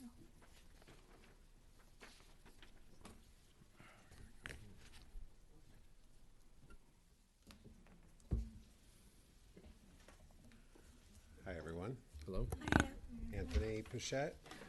I had, well, I just want to start off just have a few ideas because, probably should write them down sometimes, but I'll just do what comes in my head because that's probably going to be the most important. First thing I would like to do is, I've said this before, we were talking about how often the board has to obviously, work another job because this job does not pay a full salary. So I would like to strongly encourage, at some point, that could be discussion to pay the board members a full living salary for what they do. It's important to have 4 board members, of course, supervisor gets paid, and to work for our town. And I know everyone knows what they signed up for, but it's still, I don't care what side or whatever, I'd still like 5 people working for me in my town and able to do it, because you guys do bust your butt with what you do. Thank you, Anthony. So Appreciate that. now I'm going to ask you for money. No, but seriously, I think that, yeah, I know. Like I have any say over this, but I just wanted to say that first, because it is, no matter what you think or what you have to say, come up here, whatever you have to say, you are working and you should get paid like, regular employees. So I want to go, I want to have a comment quick. I think that's been allowed. If it's been mentioned, my apologies, but I would like to, at some point at a future meeting, if we could talk a little bit about the, I think it was the woman that was killed a few weeks, a couple months, was it a month ago, by a car? I forgot exactly what it was. I haven't been able, I know the supervisor, thank you for putting that out in the newsletter, but still it's, yeah, I don't know. It still gets, every time I see that, it's almost like, you don't want to call it out and say, oh, you guys didn't say anything, but it's become accepted. It's become, oh, that's what happens, or that's it. But imagine if it was someone else. Imagine a family member. Imagine if it was the highway person that happened to. Imagine if it was a police officer. Imagine it was I don't know, anybody else. I imagine we would have heard more about it. And I'm not saying it's anyone's fault. I'm just saying that's kind of where we are. So if at some point we could talk about this person, I think it would bring comfort to. Also, first to get consent first. Oh, of course, yeah. But just, I'm just want to bring that up. I know it's not. Thank you for saying that. Also, so I'm going to go back into what I repeat a lot. My biggest concern is just the safety of me and my family, and the thing that scares the hell out of me sometimes, excuse my language, is traffic, is the cars, is the driving. So can we, at some point, add to Mr. Pagnelli's budget? I'm sure he wouldn't mind, like I said, but I'd like to budget to maybe, I know we're allowed to reduce the speed limit in certain areas, so maybe a few signs. I know the sign on my street has to be put up, which Mr. Pagnelli said he was doing, and he's on top of that, so I appreciate that. But just speed limit signs, there's one down on Quaker Church that just went down, Mr. Pagnelli, so just FYI. But to reduce the speed limit to 25 miles. What else was going to say? I got stuck on that. I think I'll end it with there. And there's a couple things. Two more things. I'd like to encourage, I know last year you talked about an awareness of, one of the meetings you talked about having money for a campaign to talk more about driving safely. I wonder if we could follow up on that or we can continue that. I also would encourage money to be placed aside for Bruce and Karen and us in the Arts and Culture Committee to maybe come up with some ideas and work on that. They're really helpful, and if you have some extra change, and I also like to encourage further discussion about. I know the supervisor at one meeting spoke about Carmel. I think you talked about Carmel, Indiana, and the way they were talking about being more walkable and more safety for the residents. And so maybe we can get someone to come in and discuss the possibilities with this town, an outside voice who has experience. That's it. Those are my wish list.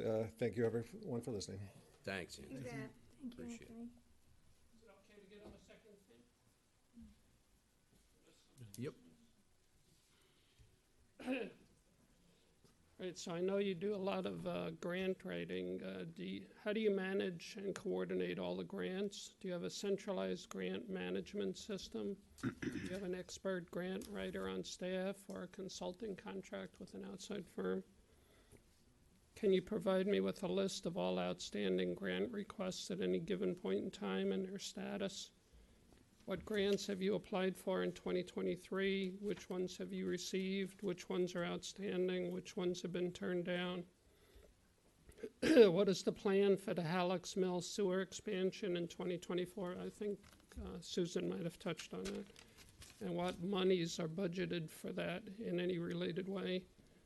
And what is the status of the American Rescue Plan monies? What's been spent, what's committed, and what has not been committed yet? Thank you. Thank you. Thank you, Mark. Okay. Anybody else? Okay, I have a motion to close So the moved. public hearing. Second. All in favor? Aye. Opposed? Ayes have. it. Okay. A lot of interesting points have been made. Let me find the end of my page here. I'm going to go in inverse order here. Anthony, we're constantly looking to improve the traffic safety and be a member of the traffic safety committee, as well as Highway Superintendent Pagnelli and two of our police officers, and actually one other White Plains PD traffic lieutenant. And we're constantly putting together a list of things that have to be done and completed with regard to traffic safety. And as early as last meeting, we had a young man in here who talked about starting a program about drunk driving and actually offering rides home. His company is called, or will be called, it's a not-for-profit, it's called Icon. So I have actually been in contact with him to hopefully point him in the right direction so he can get a grant to really get going on his traffic, on his drunk driving ride home campaign, where they actually go back and even bring the car back to the individual who decided to utilize them. Like I say, a lot of interesting points. I'm going to hit on some of them that, we talk about the garbage lawsuit. Now, $288,000 is what the monthly bill was, okay? Never was anything reduced to $288,000. As a matter of fact, when we tried to negotiate with a previous company, they wanted to move the goalpost on us, actually. They wanted to move the goalpost to that they wanted the extra $2,400,000 that they should have been entitled to if they had gotten the contract, plus a $250,000 startup cost. 250.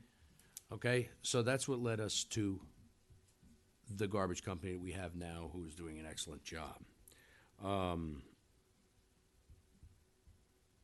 The Granite No Solar project, we're kind of waiting on them. We're ready to go.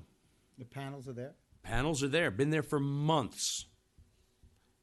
They haven't gotten the steel. They haven't ordered their steel. They haven't put a hole in the ground yet. They were supposed to start November 5th. Nothing yet. So let's see what happens. There'll come a point in time where we're ready to go, issue permits, the whole 9 yards. If they don't start soon, then we're going to take a different action, different course. With regard to Unicorn and their rec element that they're supposed to pay, they're actually paying $250,000. No, it's not the amount that per door that they were to give, but it was determined by our planning board.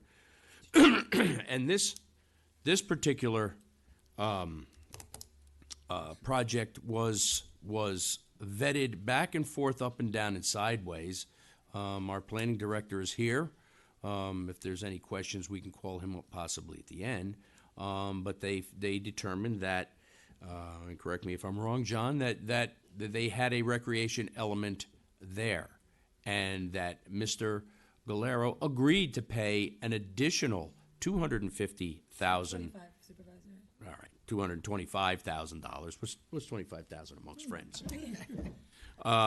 $225,000, but I thought we did get that up to $250,000, to be quite honest with you. He was trying to, though. To offset recreation costs. So he actually is coming forward with monies. So that's kind of the highlights there. Paving monies, we hope they come through. I'm not sure what we're going to get next year. We can usually depend on CHIPS money. We can depend on possibly extreme winter money. Hopefully we don't have an extreme winter. I forget how much we got last year. Dave, shout that out to me if you could. $278. Okay, for extreme winter funds. What do we call that, Dave? The pothole fund. Okay. Yeah, and then there's another one to pave our potholes fund. So we get an amount of money, and then Dave comes upstairs and he beats me up for more usually. So it's but it's an enjoyable punishment he gives me.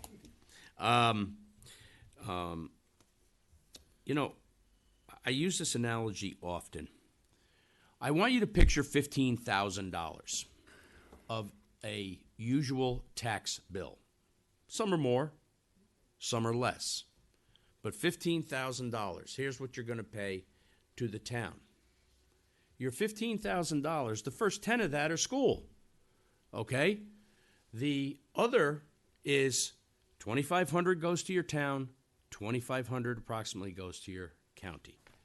And that's just on a $15,000 total tax bill per year to the town, not counting your water. Okay, so for $2,500, this town gives a lot to its residents. And like I say, that's just for easy math, okay? And I don't think I'm too far off on that. Am I, Barbara? Okay. We had...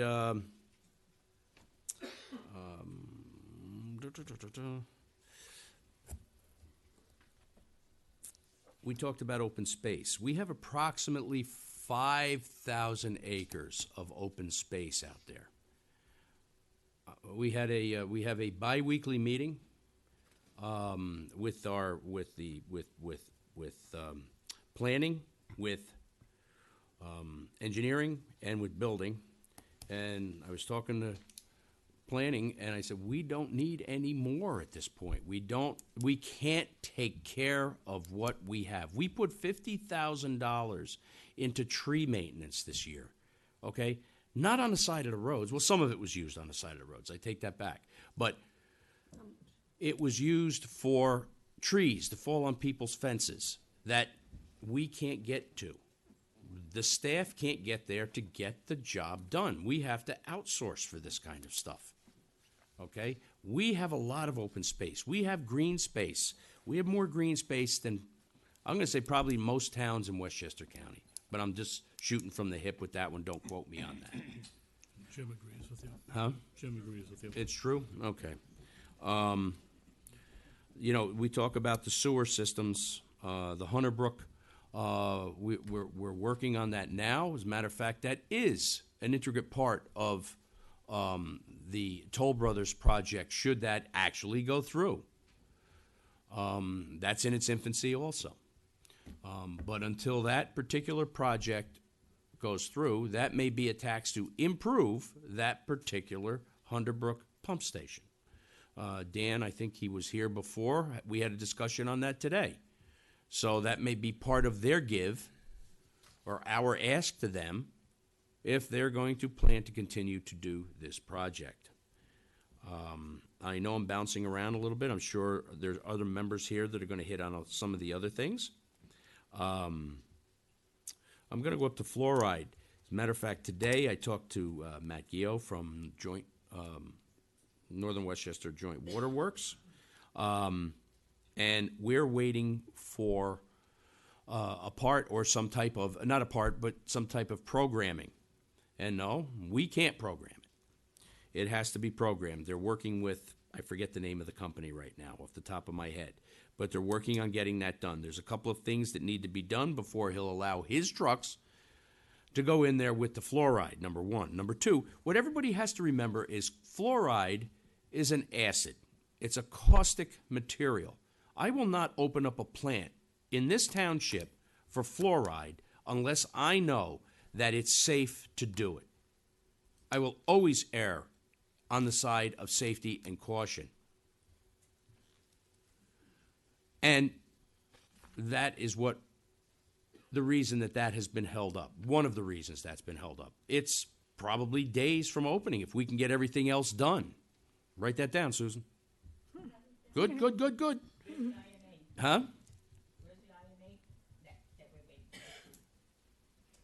Anyhow, that's where we're at with fluoride. Matt is ready to go with it. And I think Kenny will agree with me on that. And so will Dan, who's been working on that diligently. Dan, the engineer, and Kenny, our water distribution superintendent. A lot of our stuff that goes on here is not held up because we are holding it up, contrary to the notion that was put out here tonight on several occasions. We want to move. Anybody that knows me knows that I want to get things done. I want to do things once. I want to do them right. The time of Band-Aids in this township, as long as I'm going to sit here, is ended. If I'm going to fix it, it's going to be fixed once. It's going to be fixed right. And I give you my word on that. If I have to go out and bond or band it, it's going to be done. When you think about our pools, take our pools, for instance. We go somewhere between $20,000 and $40,000 a year to fix those little 1-inch tiles that you see on the old-time bathrooms and the coping that goes around the edges.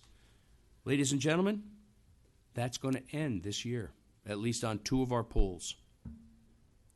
It's going to cost us some money. The DE tank that filters the water for our pools and our splash pads and so on, our walk-in pools, I guess we could call it a splash pad. was leaking at a rate that it was going into our pump room. It was going through the walls and into the pump room. If we would have lost that DE tank, and we're talking a tank that's probably a quarter the size of this room, it would have wiped out our complete Shrub Oak pool operation. We're also improving things such as the chlorine tanks. If anybody remembers, a couple of years ago, we lost a chlorine tank at Shrub Oak that put, I forget the amount, but it was a couple thousand gallons of chlorine, free chlorine, into the secondary containment in our Shrub Oak facility, which we had to have removed. The chlorine had to be removed. It had to be aired out. The tanks had to be removed. We ended up replacing them. We're doing that at our Junior Lake facility this year. There's a slide there that needs some attention. That's getting done. There's drainage that the highway department has been working on that's been neglected for decades. And we talk about the ARPA money and so on and so forth. No, off the top of my head, I can't give you what's left. Janelle will probably be able to bring that right up on the computer. But some of that money went to drainage, which was necessary. We go into the sewers. Dan and I are in constant communication with regard to the Halleck's Mill. We're trying to get an ends to the mean.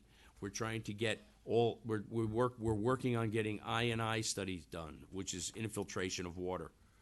So these things, the notion of these things not being done, not being taken care of, not being paid for is just that, ladies and gentlemen. It's a notion. We take care of it. Since I've been here, we've been taking care of a lot of stuff that's been neglected for years. And it's only through my department heads that we work well together, we get these things done, and thank God we had the capital to get a lot of it done.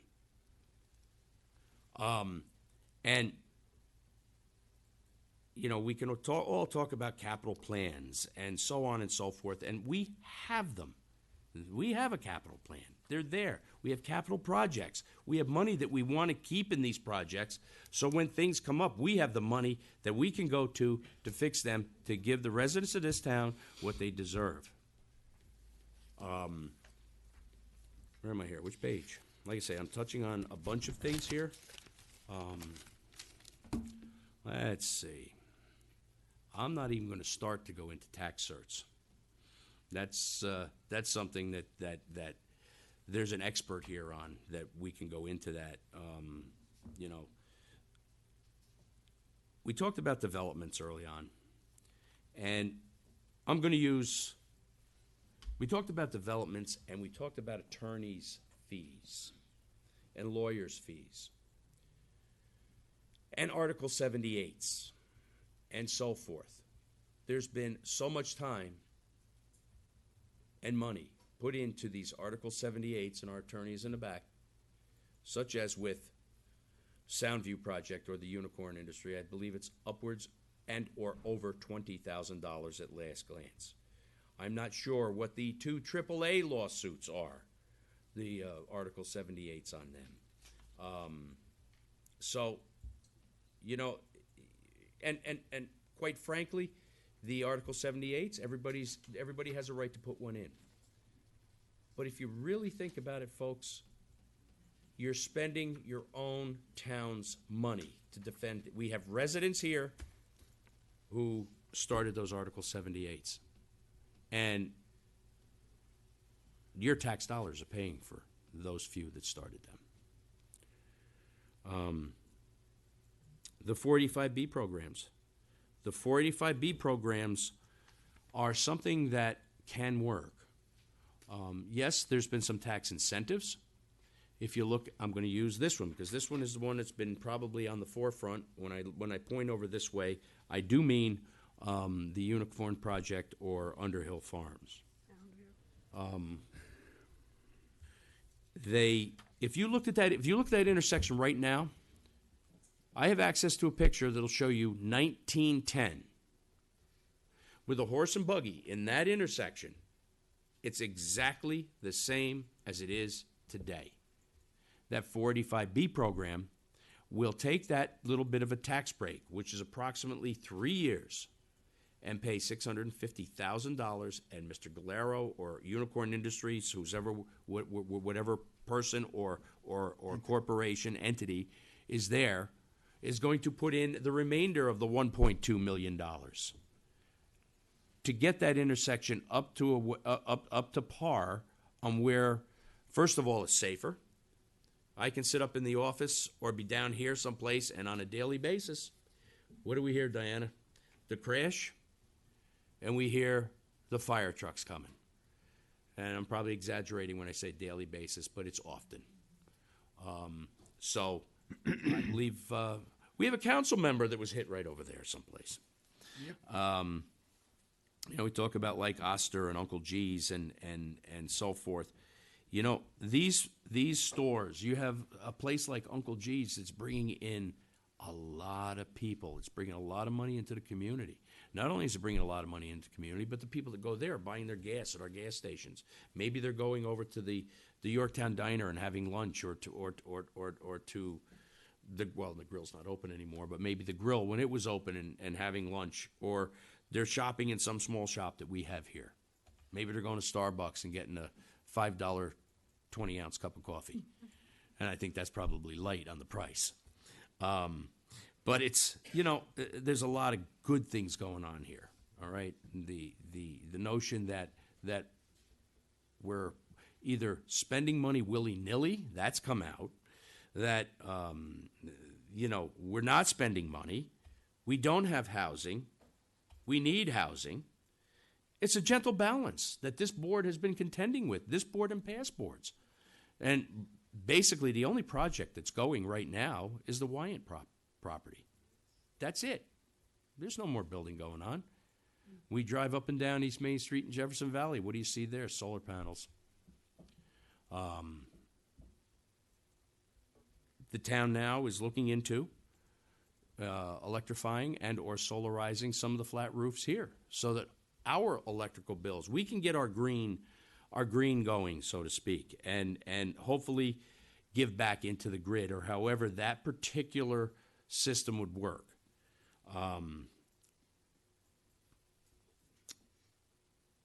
Our climate smart community, our climate smart task force I work with, Sarah, where we're actually working on an audit on the roofs of the buildings to see where we can and cannot put solar.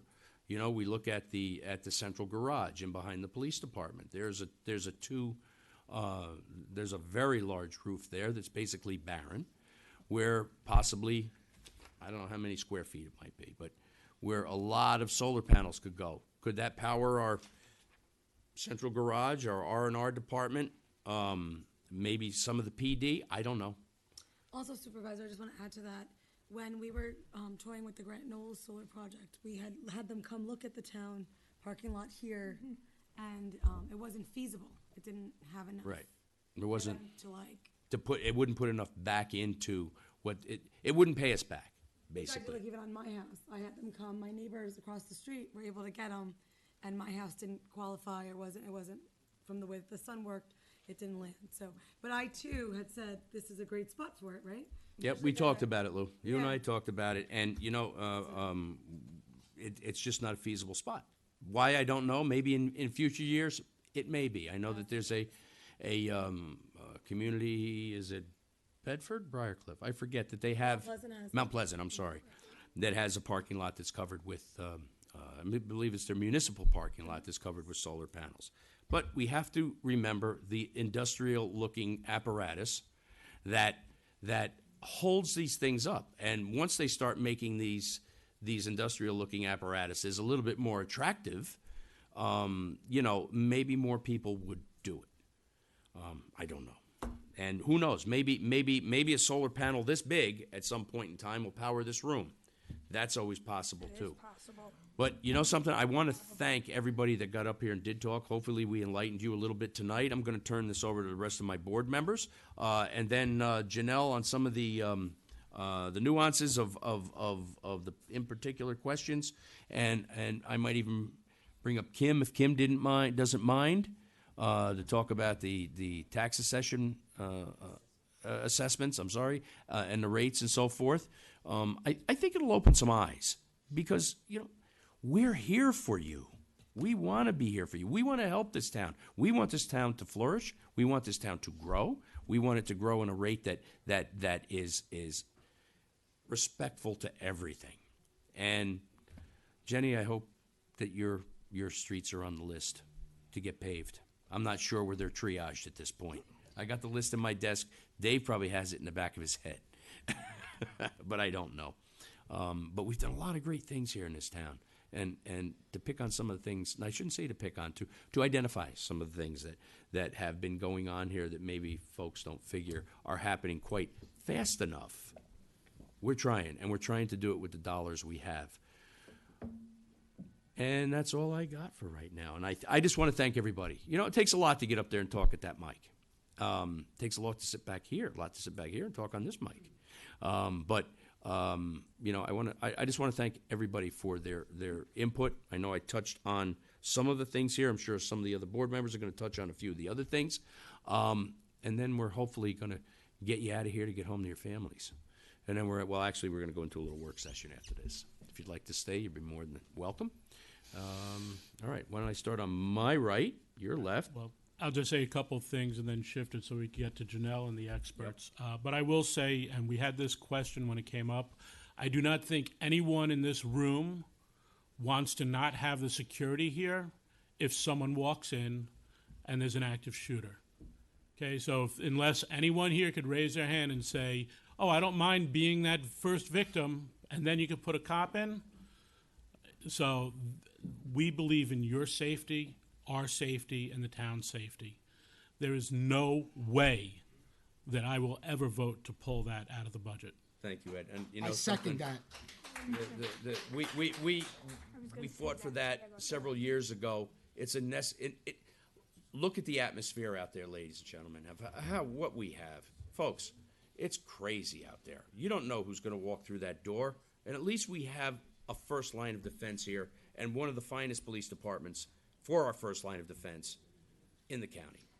So if you go back a few years and you remember why we brought the officer in, it was a board meeting, similar to this, a very crowded board meeting, and a fight broke out in the back. And we had to call them to come. And actually, the then supervisor in the town board, we had to go in the back to break it up. And that's why we have an officer. So we never want to have that again. To be quite honest, that's all well and good, and I understand the reasoning behind it, but you look at the climate out there, right? And it was just a ridiculous comment, right, to suggest that removing a police officer, with having the protection of our fantastic police department here to protect all of us, not just the town board members, is a waste of money. It's a waste of money now. But when something happens, and you don't know if it will or it won't, that's why you have insurance. But when something happens, everybody's going to be up here saying, gee, I wonder why we didn't have a police officer. No, I over my dead body. Hopefully not. So just a couple more things. Over my dead body. I did not, this is probably the only number I'm going to look at, but if you look at the sales tax increase, because it was brought up by a few people, it's actually more reflective of the actual disparity from 21 and 22. 23 is not in yet. That's why there's such a big disparity number there. But we did not know where to go with COVID, what it would do to sales tax. So that was a conscious decision made by the board to cut that back, be extremely conservative. If you look, the number is actually less than what we collected in 22. Town tax percentage is important, no matter what you think, because that is how the state measures the tax cap. And if we break the tax cap, all of our refund money on our taxes from the state for our property taxes go bye-bye. So it is an extremely important number. Do not kid yourself. And I do not think anyone who owns a home in Yorktown wants to lose that money. I don't. I think New York State gets way too much of my money as someone who owns a couple of businesses as well. Fund balance, Tommy mentioned before, people saying spend it down, people saying save it. You know what? It's a balancing act, but we should not have a tremendous amount of fund balance. There's a percentage recommended by the state, and that is what we try to achieve. This year, we added money to the fund balance. So it's every year it's reassess, reevaluate, and replan. The restaurants that were mentioned before, a lot of them were repurposed locations of former restaurants that changed ownership or concept. So, you know, not fair to say that there are all these new restaurants coming in. There was a question about the development and, you know, how come the taxes aren't going down? It's because the expenses are going up. But if you notice, our taxes have been flat to low increases and even a refund or a negative a couple of years where we did not raise but gave back per se and used some of that money that was there. You know, you heard about the fire plug that's gone now from 2,000 to 4,000. That's not a unique thing, but our taxes have not doubled. And that's great management by the people in the town. 45B is an incentive on additional taxes, does not affect the existing taxes. It actually means we're making more in taxes as it's a percentage of new realized taxes. And then, you know, the debate as to whether the commercial space is needed or not that's coming, that's, you know, if someone's building it, they feel there's a need for it. My personal look, it's supply and demand. And if the old property is not suitable, then you have to build your new. The park and rec fee is addressed in a law. We cannot say willy-nilly that this is what we want to do, even though you comply with what the law is. So, you know, we have said at one of our meetings a few months back that we do want to take a look at that in the coming year and see if there are any changes. And John Tegeter, if you want to put that on the radar, we could definitely look at that. And that's it for me. Okay. Serge. So piggybacking off of the Parks and Rec fee law, we are having active conversations amongst ourselves about it individually. And I know Luciana, I think you have some kind of a draft version. I spoke with John Tegeter. I spoke with the supervisor about what I would like to see in the changes. I'm not looking to make major changes, but I am looking to make it not 100% mitigated, right? Jenny, you can't get rid of all your Parks and Rec fees if you follow the law. Then we'd have to change the law, because the law says if you provide X and you could prove it and it's acceptable, then the fees get 100% mitigated. I'd like to make it more of a scale, so at least there's always something coming in, because one of our greatest assets here are our parks, and they're beautiful, they're wonderful, and it's our green space, and I love it, and I want to preserve it. And so one way to do that, but something that people don't know is the Parks and Rec fees, when you collect them, the Parks and Rec fees have to go toward, that they collect in a particular project, have to go toward things that, or parks and stuff, close to the development that the development would impact. You can't just say, all right, you know what, I'm going to collect Parks and Rec fees from across the street, right, and I'm going to use them at Hunter Brook, right? I don't like that law. I'd be honest. I think it should be a Parks and Rec fee. Now, what we did do is we negotiated with Unicorn, and what they're doing is they're gifting the Parks Department $225,000. Now, because it's a gift, you could use it however you wish to use it for upkeep, repair, maintenance, new stuff, whatever, right? So that's the good thing. As far as Hunter Brook goes, oh my God, that field needs. I remember with my kids playing baseball there, and the dragonflies were like 3 feet, and That they're helped flying carry the around. ball. And they're flying around. I'm running around. I'm from the Bronx, right? They're like, dragonflies don't bite. I'm like, oh, I didn't know that. All right, so in that case, I can live amongst the dragonflies. I thought they were going to bite me. So, so we are looking at some variation of the law which will allow a developer to come in and still allow our Parks Department, perhaps other departments, to benefit from. Some kind of a fee that's not 100% mitigated, right? You can't mitigate the whole thing. I know that this was touched upon, and I know you had said that that when we talk about development, it implies that our taxes are going to go down. But your comment that why haven't our taxes gone down implied that expenses don't go up. So if we put new development in today, and I'm still paying my electrical bill rates from 1980, yeah, taxes are going to go down. But I just discussed that the PSC it has already approved a 30% hike over 3 years.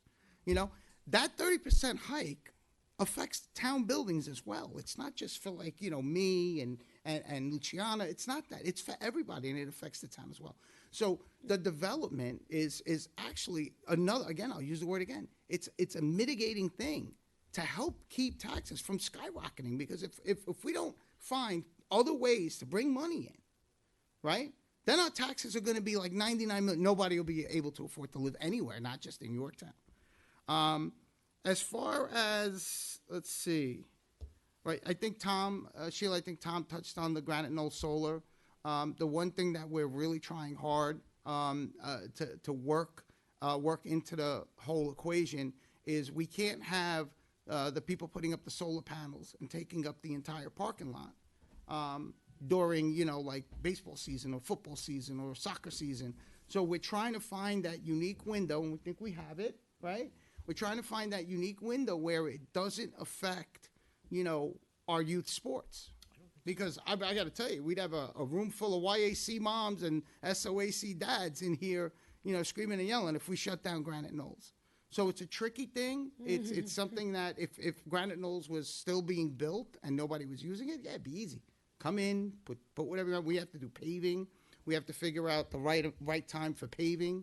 You know, and so, you know, when the weather is correct, you know, so we have a lot of those kind of issues that we have to contend with. It's not just an easy thing where we say, okay, we're going to put solar panels up, let's do it tomorrow. You know, there are other circumstances that often I read things in the newspaper that people don't take into consideration the many facets in a project or a law that we try to pass. You know, they say, oh, you know, you should pass this law because it's X, but they don't consider, you know, Y, Z, A, B, C, D, E. Our job up here is to consider all of those things and try to come up with something that works. And that something is never 100% and it's never 0%. But it's some kind of a compromise. And that's what we try to do because we have to. And we have to take into account all of these other facets. I got to tell you, you know, we talk about too much commercial development. But the commercial development, a lot of it that we're trying to foster now is we're trying to build a diversity in our housing stock, right?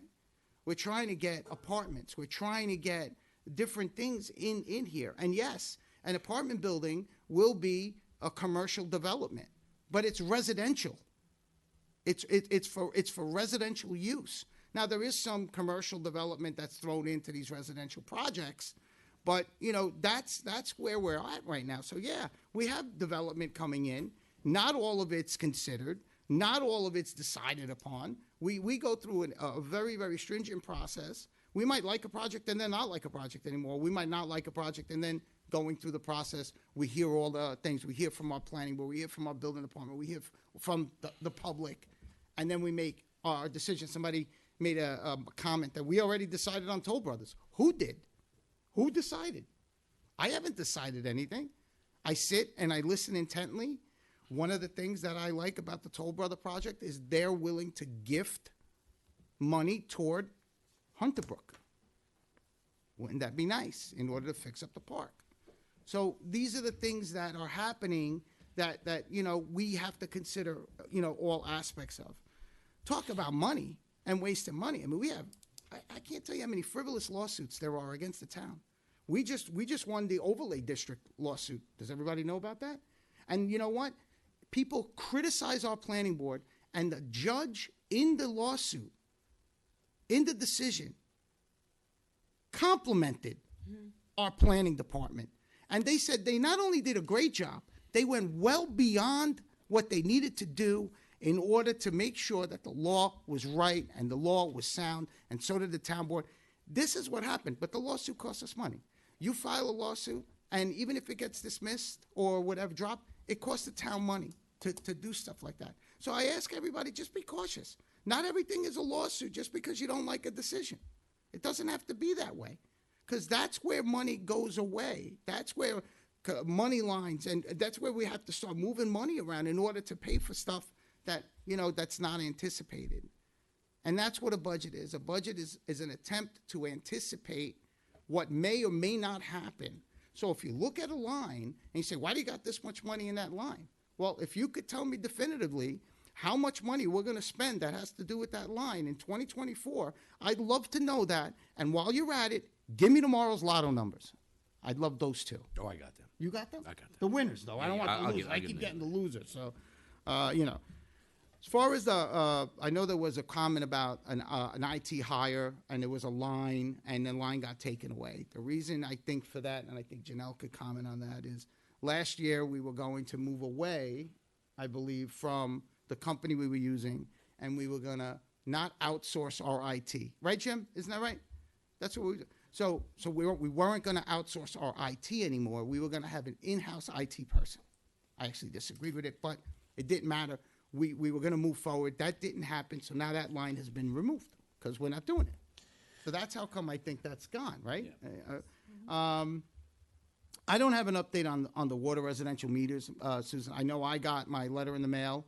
I didn't think I thought they changed mine already 10 years ago, but apparently I'm up for, actually, truth be told, I got to find the letter because I got to sign up. Otherwise, I'm going to be one of the delinquents, Kenny. Write that down, You know what I Kenny. mean?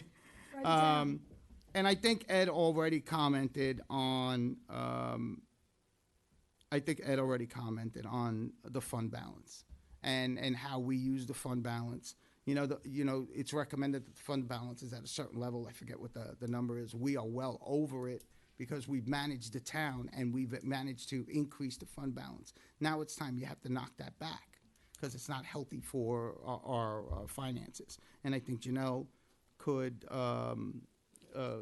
expand on that. As far as the supervisor's line for communication, I think communication is absolutely necessary. And everything is always said, oh, yeah, all they do is write press releases. No, they do a lot more for us, and that line goes to a lot of other things, I believe. I'm not sure, but... On the Facebook page, it goes to the website to help Robin out a little bit. It does a lot. Because if we didn't have that line, and if we weren't communicating, then what? Then you guys would be up here saying, oh, you guys aren't communicating. You can't win. We're doing the best we can. We're trying as hard as possible. We try to accommodate everybody as much as we can. And, we don't pick and choose who we help and who we don't help. At least I could speak for myself. I don't. And I know these guys and girls, and I know how they are, and I've gotten to know them very well. And I can tell you, they don't. I think I'm good. Thank you. Just real quick before Lou, one of the things I had forgotten to touch upon, only because it came to light this afternoon at about 4 o'clock, is we're getting, we talk about green initiatives, et cetera. We have our Route 202 field that we've been battling to get lights for. They're being changed over to LED. All right, so there's another savings for this town, that we're not running those mercury vapor or whatever the heck they are up there at this point in time, which uses a tremendous amount of power with probably not the same amount of what would we call them? Looms, I guess, is what they call it. It uses a heck of a lot less wattage anyhow. So, what was that one thing that Conneson used to say? We're on it. We really are. We're not here sitting on our hands. All right, Lou, I'm sorry. I just got 2 more points, Lou. You mind? Please, no. So, on the comment about transparency and coming in 2 days, by the way. On the comment, are they? Yeah. On the comment on transparency about the budget, I've heard this twice already. I heard it last year. I heard it this year. I wrote an article on November 4th, which clearly spelled out what all the sections and special districts are. And I clearly spoke about, and I think I used the term in full transparency, I clearly stated that the garbage tax was going up. So the fact that somebody would come up here and accuse me, I take it personally, of not being transparent. Read my article. My article tells you that. I got proof. That's all you need to do. As far as the 300,000 that people are saying that we're using for the fund balance for the garbage, that's not really the case. What's happening is we're anticipating 300,000 from the bond, and we're anticipating that we're anticipating, yes, we are. We're anticipating that we're going to receive. That's what we put in the budget, that we're going to receive 300,000, and that's where that 300,000 is going to come in from pulling the bond, and then going to go out to mitigate the costs. So we're not using the fund balance that's there. We're actually infusing it with the 300 grand from the lawsuit, who we're in the process of suing the bond company because they didn't get back to us in a timely fashion. And our astute town attorney decided to sue them. As a matter of fact, he just texted me, and he has a settlement hearing. Yes, astute. Did you like that one? Yes. He has a settlement hearing. When is it? 14th or 15th. The 14th or 15th. Now, Sheila, we're going to try to. We're suing for more than the 300,000, but as a budgetary number, so we don't overinflate, right? And then can't meet what we're saying. We'd rather be lower and deal with it that way. And then if more money comes in, hooray for us. That's what's happening in a couple of weeks. But that's where that 300,000 is. I heard it during the campaign. I heard it. It's really not what's happening. What's happening is the 300's coming in from the lawsuit, and then it's going back out to the taxpayers directly. All right. I'm sorry. Thank you. We're hoping that the bond comes. We're not hoping. It's a performance bond. If they didn't perform, we get the rest of the contract, supposedly. All right. That's why we had to sue them, because they weren't getting back to us, and we also are suing Competitive Carting that really doesn't have much, but we're suing them also. And I think we got their attention because the garbage contract actually goes up next year again. So the gap between what the new, the 1 year contract, which ends in August, it's diminishing. It's closing at this point in time. Once we do the new one, it's going to be for an extended period of time, not 1 year, which generally lessens the actual yearly value of the garbage contract. So, Lou, sorry, we cut in on your. No, it's okay. It sounds like you guys covered a lot of it. Covered all of it. Yeah, I'm more curious about. I feel like one of the most. I apologize. I just got back from like a mental health clinic for like 5 days, so I'm like super tender. But I think. Oh, you can't hear me. That is. Wow, that's. We should note that today. But I think one of the biggest things, number one, I will take everyone's questions and do a little bit of a deeper dive so I can actually answer you. I think that's important, instead of just coming off with what I know. Maybe there's more that I can find out. And secondly, there was a lot of conversations around the 485B and the assessment stuff, and then also about the way that we store the money. Is it in an interest-bearing account? Is it in an escrow account? Is it vested? Does it have a portfolio? All of those questions, which I think we all have a right to know. So I'm going to turn my opportunity to speak, and I'm sure if Mary is okay with it, to move on to either, I don't know if Janelle, if you want to start, or if you want to talk about assessments first. Hi. It's up to you. Fine. Mary, you got. I'm good with that. You're good? I just feel like those were really You've answered important. most of the questions. Sure. I feel like the groundwork there, like understanding why we give the tax abatements, how they make the impact, where the impacts really are, understanding the trajectory of like where we came from and what our intention is to where we're going, as opposed to just like what's visible right now, because everything is a moving target. And then also, this is our money, right? As a community, this is our money, and it's smart to know, A, what as a municipality we can do with the money, and B, what are we doing and how we're taking advantage of making sure that it's kept in the best way. So I just want to give it to you. That's okay. Yeah. Okay. And so- thank you for your questions. Okay. So I think you guys covered a lot of it, so I'll just cover the stuff that impacts the budget. So first of all, I just want to kind of give a overview of how we actually create the budget. It's very, very time consuming. We actually go through every single line, and we look at a 3-year history, sometimes more than a 3-year history. Then we take, if we know that we have an upcoming contract, or we have, data on something, then we project out based on the history and the projections, the market, any kind of information that we can have. What is the best guess estimate that we're gonna come in for that line? So nothing is put in there just by pulling some random number out. We actually go through, like I said, line by line to come up with a firm number where we believe that that number is gonna land. So with sales tax, the reason that it increased so much is because prior, I think it was in 2021, our sales tax rate was 7.25%. It raised to 8.75%. It went up 1%, and the previous controller pretty much kept the tax revenue flat because we didn't know how that was going to impact us. Were people going to cut back on spending? Would they go to Connecticut? Would they go to Jersey? You don't know how the trend is going to be, so you're conservative. So we kept our budget for our sales tax revenue at 6.85. I think in 2021 is 6.2, and then in 22-23 we have 6.8 million. However, in 2021 we were $2.6 million surplus in sales tax. In 2022, we were $2.6 million in surplus in sales tax.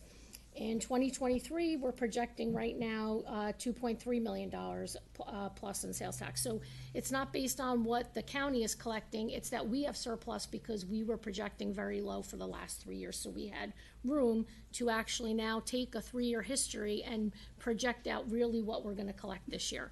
So even with that said, I'm expecting if I use just what we collected last quarter, which is 2.2 million, which I still don't have that number, but I just got the Q3, which we were still $100,000 more than last quarter in 2022. So I'm projecting this year to come in at about 9.2 million. And even if I kept my budget at 8.5 million, so I increased it from 6.8 to 8.5, I'm still conservatively budgeting $720,000 of wiggle room in case we don't meet that projection.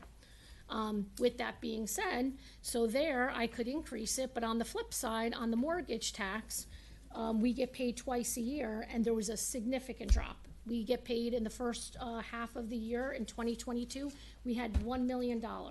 This year we got it $500,000. I can't in good conscience keep my budget where in 2022 we had 1.7 million. So I have to decrease that. That's why there's a significant decrease there. So that's how it's, this is trying to explain where we come up with how we come up with our numbers. It's not just making up a number based on that we need to get to a certain tax rate. Okay, so that covers that. I wonder where all the sales tax revenue comes from. Perhaps Uncle Giuseppe's? Maybe. A lot of it's coming from there. Yeah. Okay, so then based on the questions, there was a couple questions on the investments. So we have to follow New York State law. New York State, the Office of the Comptroller, we have to follow investment for public funds, and we're only allowed to invest in investments that are legal, safe, and liquid. And basically, it's 3 types of deposits. And there's only 3 that are authorized that we can invest in. And we invest in time deposits and CDs. So it's pretty straightforward. It's not like we're allowed to put your money in the stock market because we have to be responsible with taxpayer dollars. So it's not really... That's regulated. Yeah, anything that we can do that we're being... inefficient with getting the most for our money. Okay, so then the general fund, like the council people and the supervisor had said also, is you have to look at when we put money back into the general fund into the budget. A lot of times when we're getting grant money, we have to fund that up front, so it might be 2 years before we collect the grant money back. So if we're buying copy machines or maybe a van, that's coming out of our operating budget. So when we apply for a grant 2 years later or a year later, we might now recoup the money. So that's really the taxpayer dollars, and it's going back into the budget to reduce the budget to give it back to the taxpayers. So it's not that, again, that we're just taking money from the rainy day fund and putting it into there. The money that we might get extra money based on surplus, if we're saving on departmental lines, will be in the budget, and then we can use those for capital expenditures. And then the ARPA money, we received $3.7 million in funding. So far, we have allocated by resolution to projects $1.8 million. And the remaining amount has not been officially allocated, but we have certain projects that we would like to designate them for. And by the end of next year is when we have to encumber the funds, and then we'll have to spend them by 2026. But we are on track to make sure that we spend that money, because if we don't spend it, we will lose it. So that's pretty much it, right? That's about it, right? That's it. That's about it. You know, I'd like to have Kim, if you wouldn't mind, just come up and give us a high-level explanation on a couple of those questions that I heard Mr. Killian's comment on the taxable assessment, how it decreased so much. What you have to remember is taxable value I cannot control, because that includes all of your exemptions.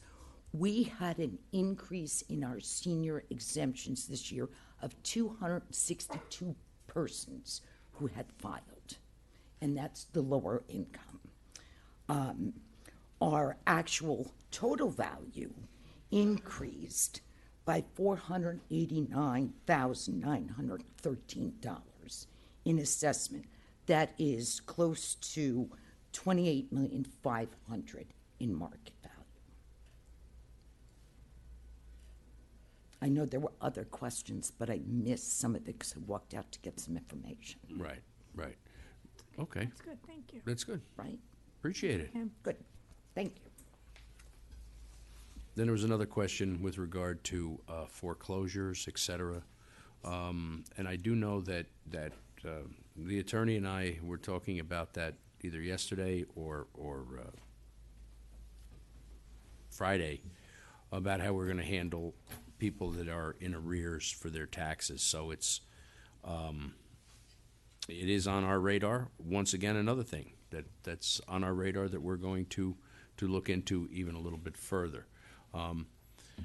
She's probably going to hate me for this. Barbara, could you come up and give us a high level on what is owed us now with regard to the taxes? Just off the top of your head. Susan's right. We owe probably about $4 million. About $4 million at this point. Yes. And, you know, we do realize it's, you know, once we send the letters out and so on and so forth, a lot of these people Can't afford it. can't afford it, bottom line, you know. And we we've don't- tried, we've done agreements, Yep. and they can't even do the agreements anymore. Right. So, So it's getting to that point where, you know, no one wants to throw anybody out of their house, you know, and we don't want to be landlords. No. You know, that's the one thing we don't want. So, okay, thank you. Thank you, Barbara. And I'm just looking through here. Anybody have any other questions of any of our department heads that are here? John Tegeter, maybe. And Kenny. And then we're going to hit Kenny on one other thing. John, just the water meters for Kenny, right? Yeah, yeah. Susan wanted an update. Yeah, I don't know if that's budget, but it's okay. We'll just you know. Hi, John. Hey, John. Hello. Just you know, first of all, what you guys in the planning department have done over the past at least 6 months now is Herculean in regard to what went on across the street here with the Article 78 and how we everything was deduced to where it is at this point, and we got, you know. Well, actually a year, actually, but. Yeah, a year. That's right. So. Did he budget for that sweater? That's nice. He did. Was that in the budget?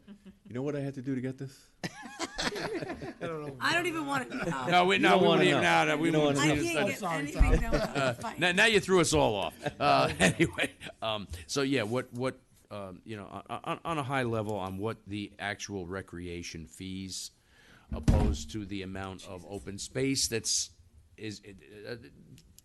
quick high level, so people get an understanding if they don't have it already. General discussion on it? General.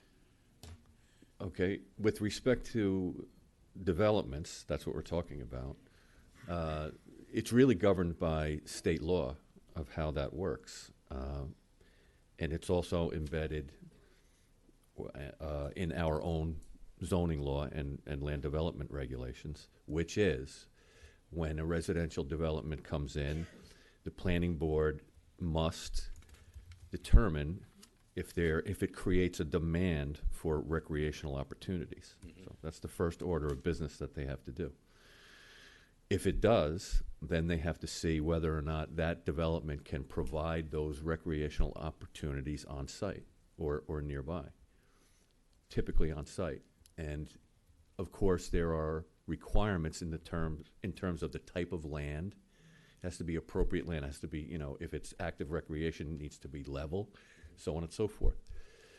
Only when that is determined that they cannot provide that recreational opportunity on appropriate land that they have, can you then go to the money in lieu.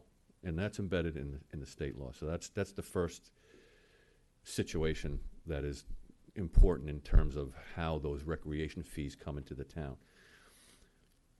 Sergio is exactly right. Is when you do take those fees, you have to use that money to provide the recreational opportunities that development is creating. So it typically has to be nearby. In terms of open space, recreation, passive recreation counts towards the recreational opportunities that can be provided. Sometimes, it's not very often, the planning board does accept land when it most typically is near other passive recreational amenities, such as, say, Turkey Mountain, or if there's opportunities for trails, then they sometimes determine to receive land to provide those opportunities. Typically, that's not the case. Most often what you see will be an easement where those recreational opportunities will be provided, but the land will still be owned by either the future owners or the owners who are, at present the applicants. Okay, so open space comes into the town in a variety of ways. It's not only through the development process. Sometimes it comes in to stop some development that a neighborhood is very vociferously against. I've seen that happen as well. So it comes in a lot of different ways, the open space. That is, and we don't look at open space just for the fact that it's going to be there and look nice as appropriate for a recreational demand. It just doesn't happen like that. It really has to provide some opportunity. And typically when it's quote-unquote open space, it's providing trails, nature trails, things like that. Is somebody, do I have something on my back or something? No, okay. Sounds amusing.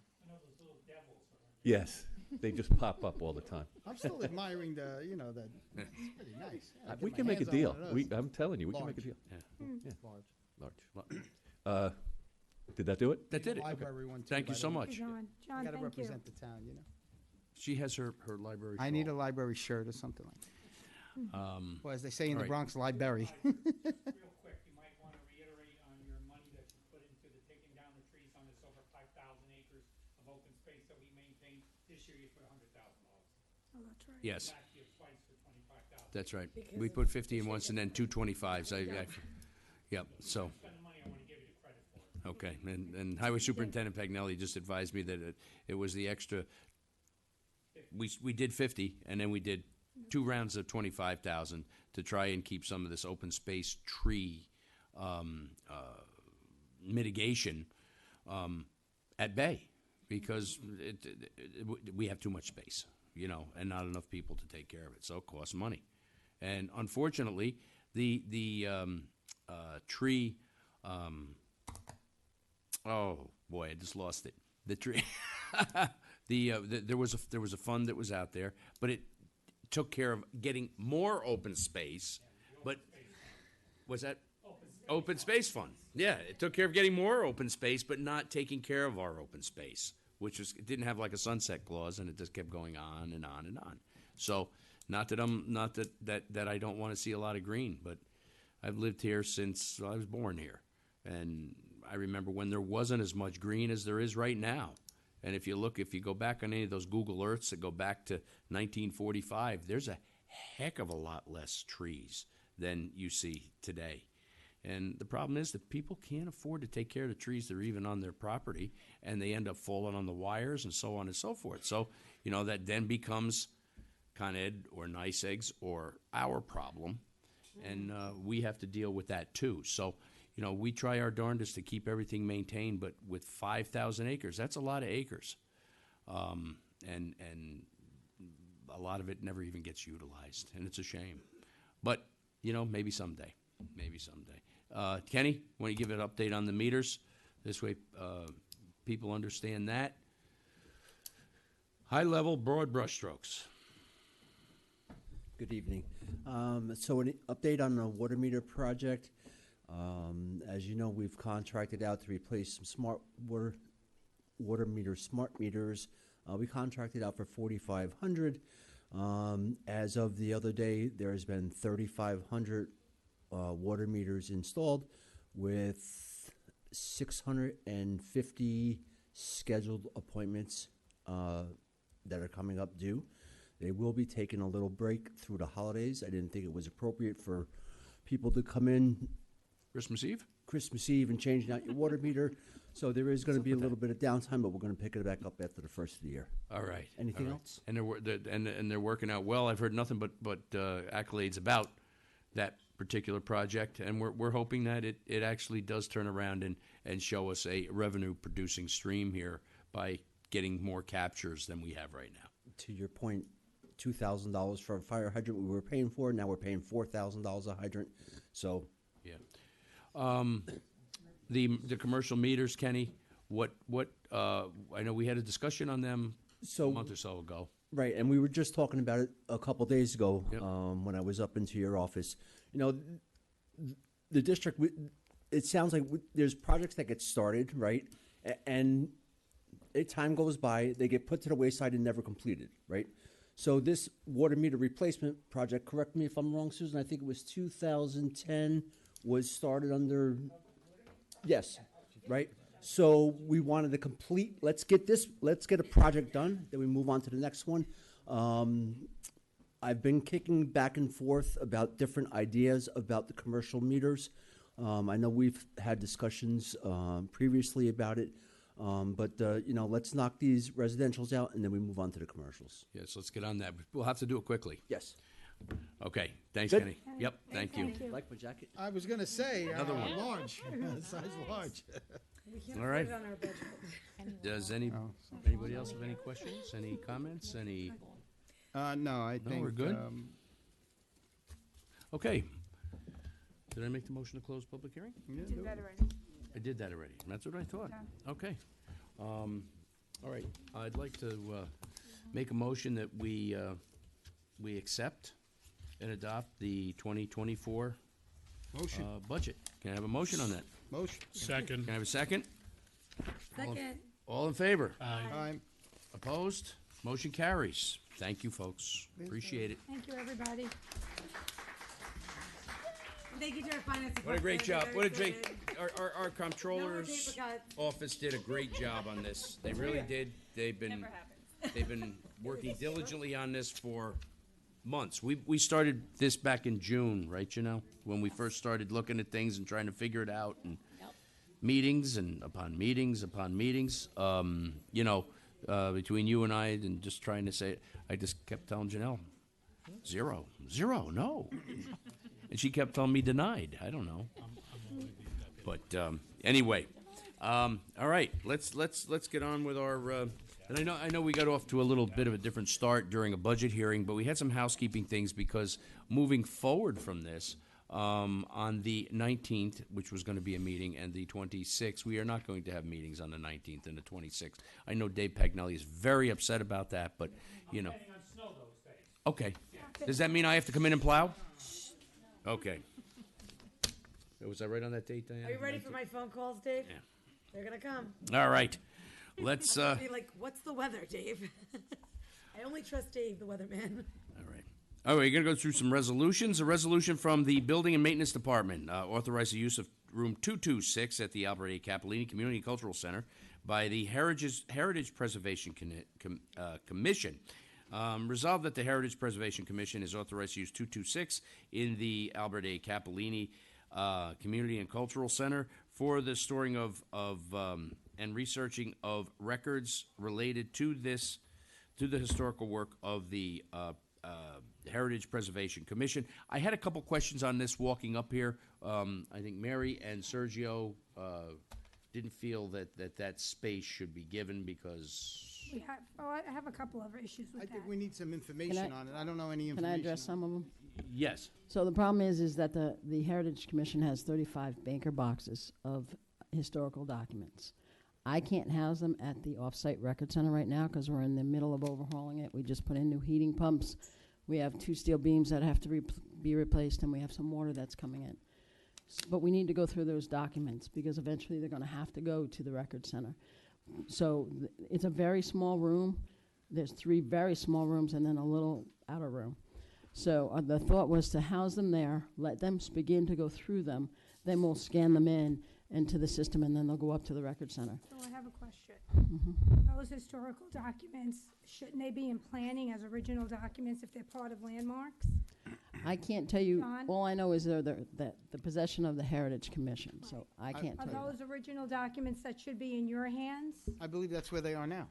Well, I've got a problem with that, because then we have other boards and other commissions that are gonna want the same thing. and we have many of them up at the record center now, but all records fall under the auspices of the town clerk's office as the record access officer.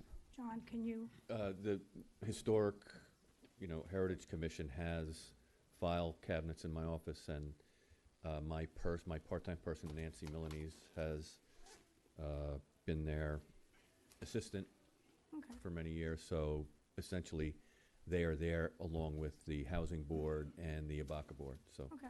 now, not disputing anything about who owns which records, but certainly they've been in my office for many years, along with the other couple of boards there. So can't these be moved to John's office?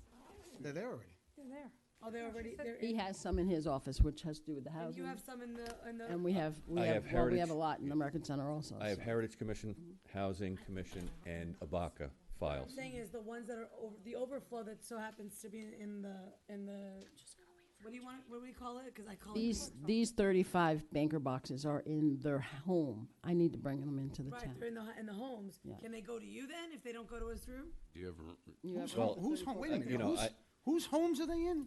We have. They're in the home of the chair of the Heritage Well, Commission. they're not supposed to be there. I mean, Exactly why I want them. Well, they moved should have in. been, but they I- should I have don't been know there to what's- begin yeah, with. I don't know If what's they're there in- now. They've been there for a while. and I don't that's know what's not in where the they're 35 supposed to be. boxes. And we've had this issue with the ethics board about files that shouldn't be in people's homes, and that was a few years ago, and this should have been cleaned up.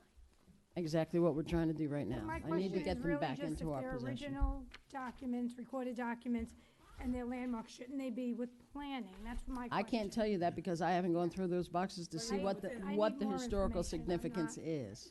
So is it- But we need to get them in. So Would it can be these better to people keep please them- bring them back to the So- supervisor's office for the time being? What am I gonna do with 35 boxes in my office? I don't Sit know. on them. I just feel safer I got there. enough room for 6 Would chairs. Would you feel better if we put a temporary type thing on there to utilize I the room wanna find- I temporarily? need more Because information now I because don't know what they are, so No, I I feel can't like answer that that we have question. other commissions that are gonna come, and we're gonna have to use more rooms. I have Lynn come in and speak, I'm not, Mm-hmm. you know. Okay, but although Lynn is gonna speak, I want I want the landmark documents. What if there's like information that shouldn't be in people's houses? You have room for 35 boxes? I really don't have room for 35 boxes. You know, You're gonna and make some I- space. I'd be surprised. I don't know what's in there. It's really Exactly. surprising to me, the number that exists. It's a lot of I boxes. yeah, so we have 13, local landmarks, and I know that they've done research on many other homes for their program, which is a great program, the Homes of Distinction. Yeah. I don't know what's in all of these records. So certainly they should be in a town facility, and they should be in a safe place Especially what that is happened with the ethics board. yeah, I mean, manned. What I can offer is that I have space for them to go through it box by box or 5 boxes at a time. I have a desk that they can use that Nancy Milanese uses. I have my conference table that we can work out. When I don't know what days they'd be doing it or how long it would take, but that I can offer. I don't know that I can have the 35 boxes stacked up against my wall for 6 months. Maybe.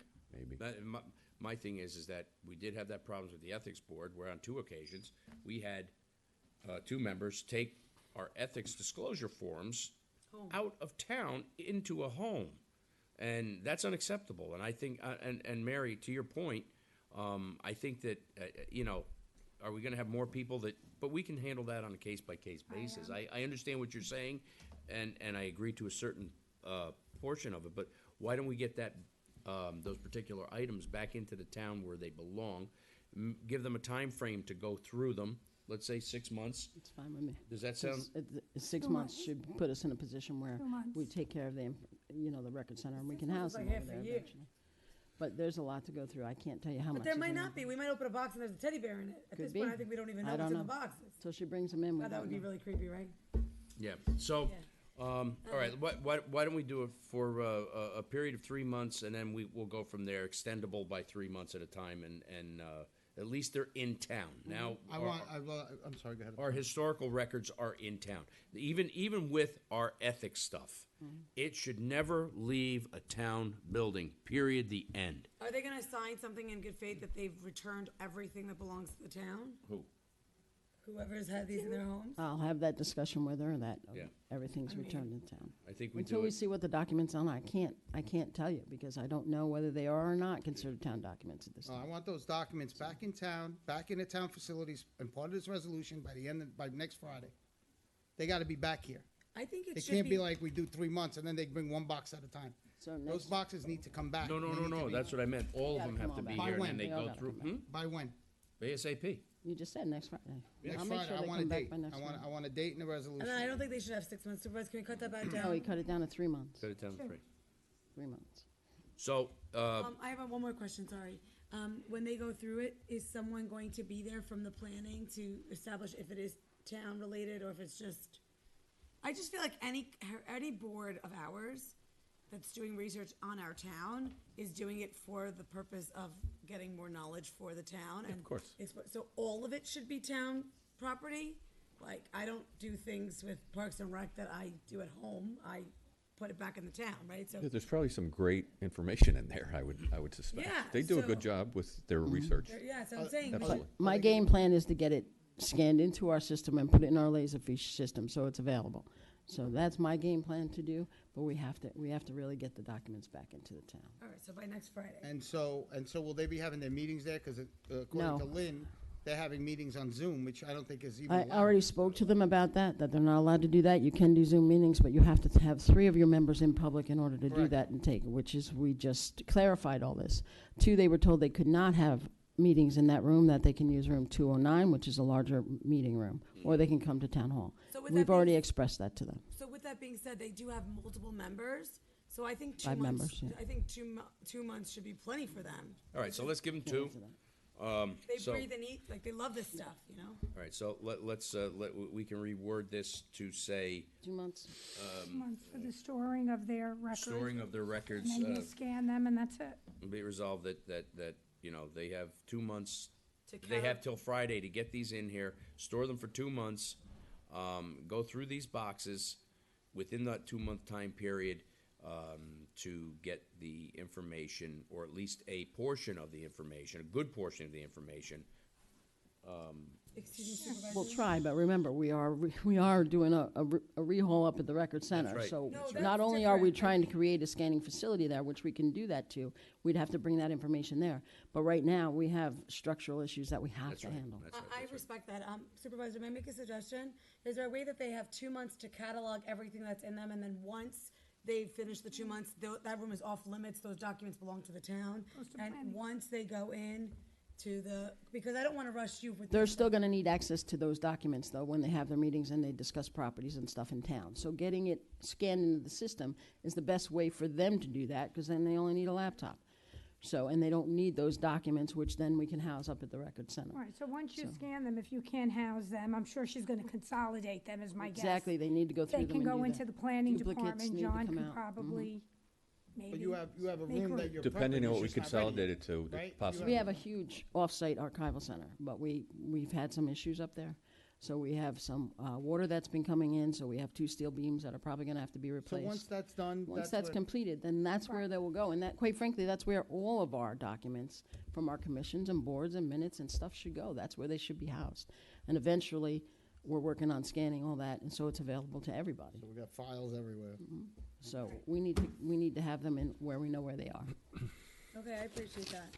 Okay, so storage for up, we'll give them storage for up to 2 months, okay. to be brought up there by this coming Friday, or by next Friday. Thanks, John. Next Friday, 2 months. I got Next it. month, 2 months, and we'll go from there. Okay, at least everything's back in town, and then we can figure it out. All right. Wrong one. Authorize bid Award bid. for, authorized for bid, annual maintenance on emergency on-call services for boilers, burners, furnaces located at various town locations. And thank you, Phil, Phil's still here? No, he left.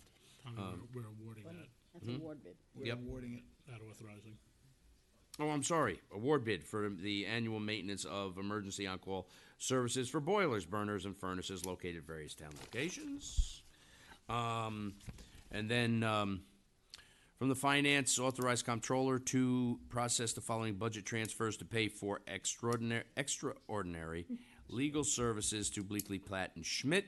I've been trying to get that word out, and it's actually how you write it. I take my astute comment away. Yes. So it's from contingency capital, 53,338.75 to legal outside counsel fees, 53,338.75. From the police department, approve the below listed equipment to be donated, obsolete and sold at auction by Absolute Auctions and Realty Inc. It's a car, some prisoner partitions, and 22 miscellaneous Whalen interior lighting for Crown Victoria vehicles. As long as we're on police, let me go to this one here. Is this the draft one? Is this one here, Diana? Is this the one? Okay. Okay. This is a resolution adopted by the town board, Town of Yorktown, of the Town of Yorktown, at its regular meeting held on Tuesday, December 5th, 2023. Resolved that the town board resolution dated November 21st, 2023, appointing Fernando Dennis to permanent police officer in the Town of Yorktown is hereby amended with a start date of December 6th, 2023. Welcome aboard, Fernando. All right. Thank you, Chief. All right. Thank you, Chief. You know, I will not be here for that, unfortunately. Okay, sounds good. From Senior Services, what's that? No, All right. From Senior Services, authorize the purchase of a Tempstar dishwasher from Second and Broad Sales, ST Corp., DBA Joseph Flinahan Company of New York City, contract 23153, and that's for the, that's equipment for our senior center. Authorize the town clerk to advertise a request for proposal, an RFP, for the Lake Mohegan aquatic pesticide treatment. Where is he? There he is. Ken's back again. What's that? Did I miss it? You missed some. Yours is different. This is the one that, when town clerk authorized to request RFP for grant services for the town. You got this one here. I don't know why it's not. I don't know why it's not on this one. Nope. You want to borrow mine? Yeah, let me borrow yours. Where am I at now? Start here, town attorney. All right. From the town attorney, authorized supervisor to execute Second Amendment to the lease agreement with New Singular Wireless PCS LLC to authorize release, sublease to Dish Wireless LLC. And then we're going to authorize the supervisor, town attorney, and controller to execute all documents necessary to procure a New York State grant for the purchase of a police vehicle and equipment. And we're going to authorize the town clerk to advertise a request for proposal for grant services for the town. We're going to authorize the town clerk to advertise a request for proposal for Lake Mohegan aquatic treatments. Okay, for whatever reason, the one I had didn't have them in it. Sorry about that. From the engineer, accept check number 14778 in the amount of $220,000 to serve as the right-of-way escrow for off-site work for roadway improvements for the Walgreens site plan. From the Water Department, authorize supervisor to sign change order number 3 for the cement relining bid awarded to Michael's Pipe Services for reconciliation of scheduled and installed quantities for the Strawberry Road and Hanover Street for the net increase of $10,383.83. And I think that's it. Okay. Just So double check. moved. Yeah. Motion? So moved. Second? Second. All in favor? Aye. Opposed? Motion carries. Okay, we're going to move at this point to go into executive session for a little bit. Attorney, litigation and employment.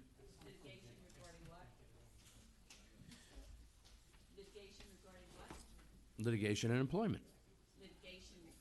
Litigation and employment. And the employment is of a particular individual. And it's of a particular individual. Thank you. And no, we will adjourn from Good night, there. Yorktown. And we will, and what? And we will adjourn from there. Thank you. Bye, Janelle. Thanks, Janelle. Take care, John.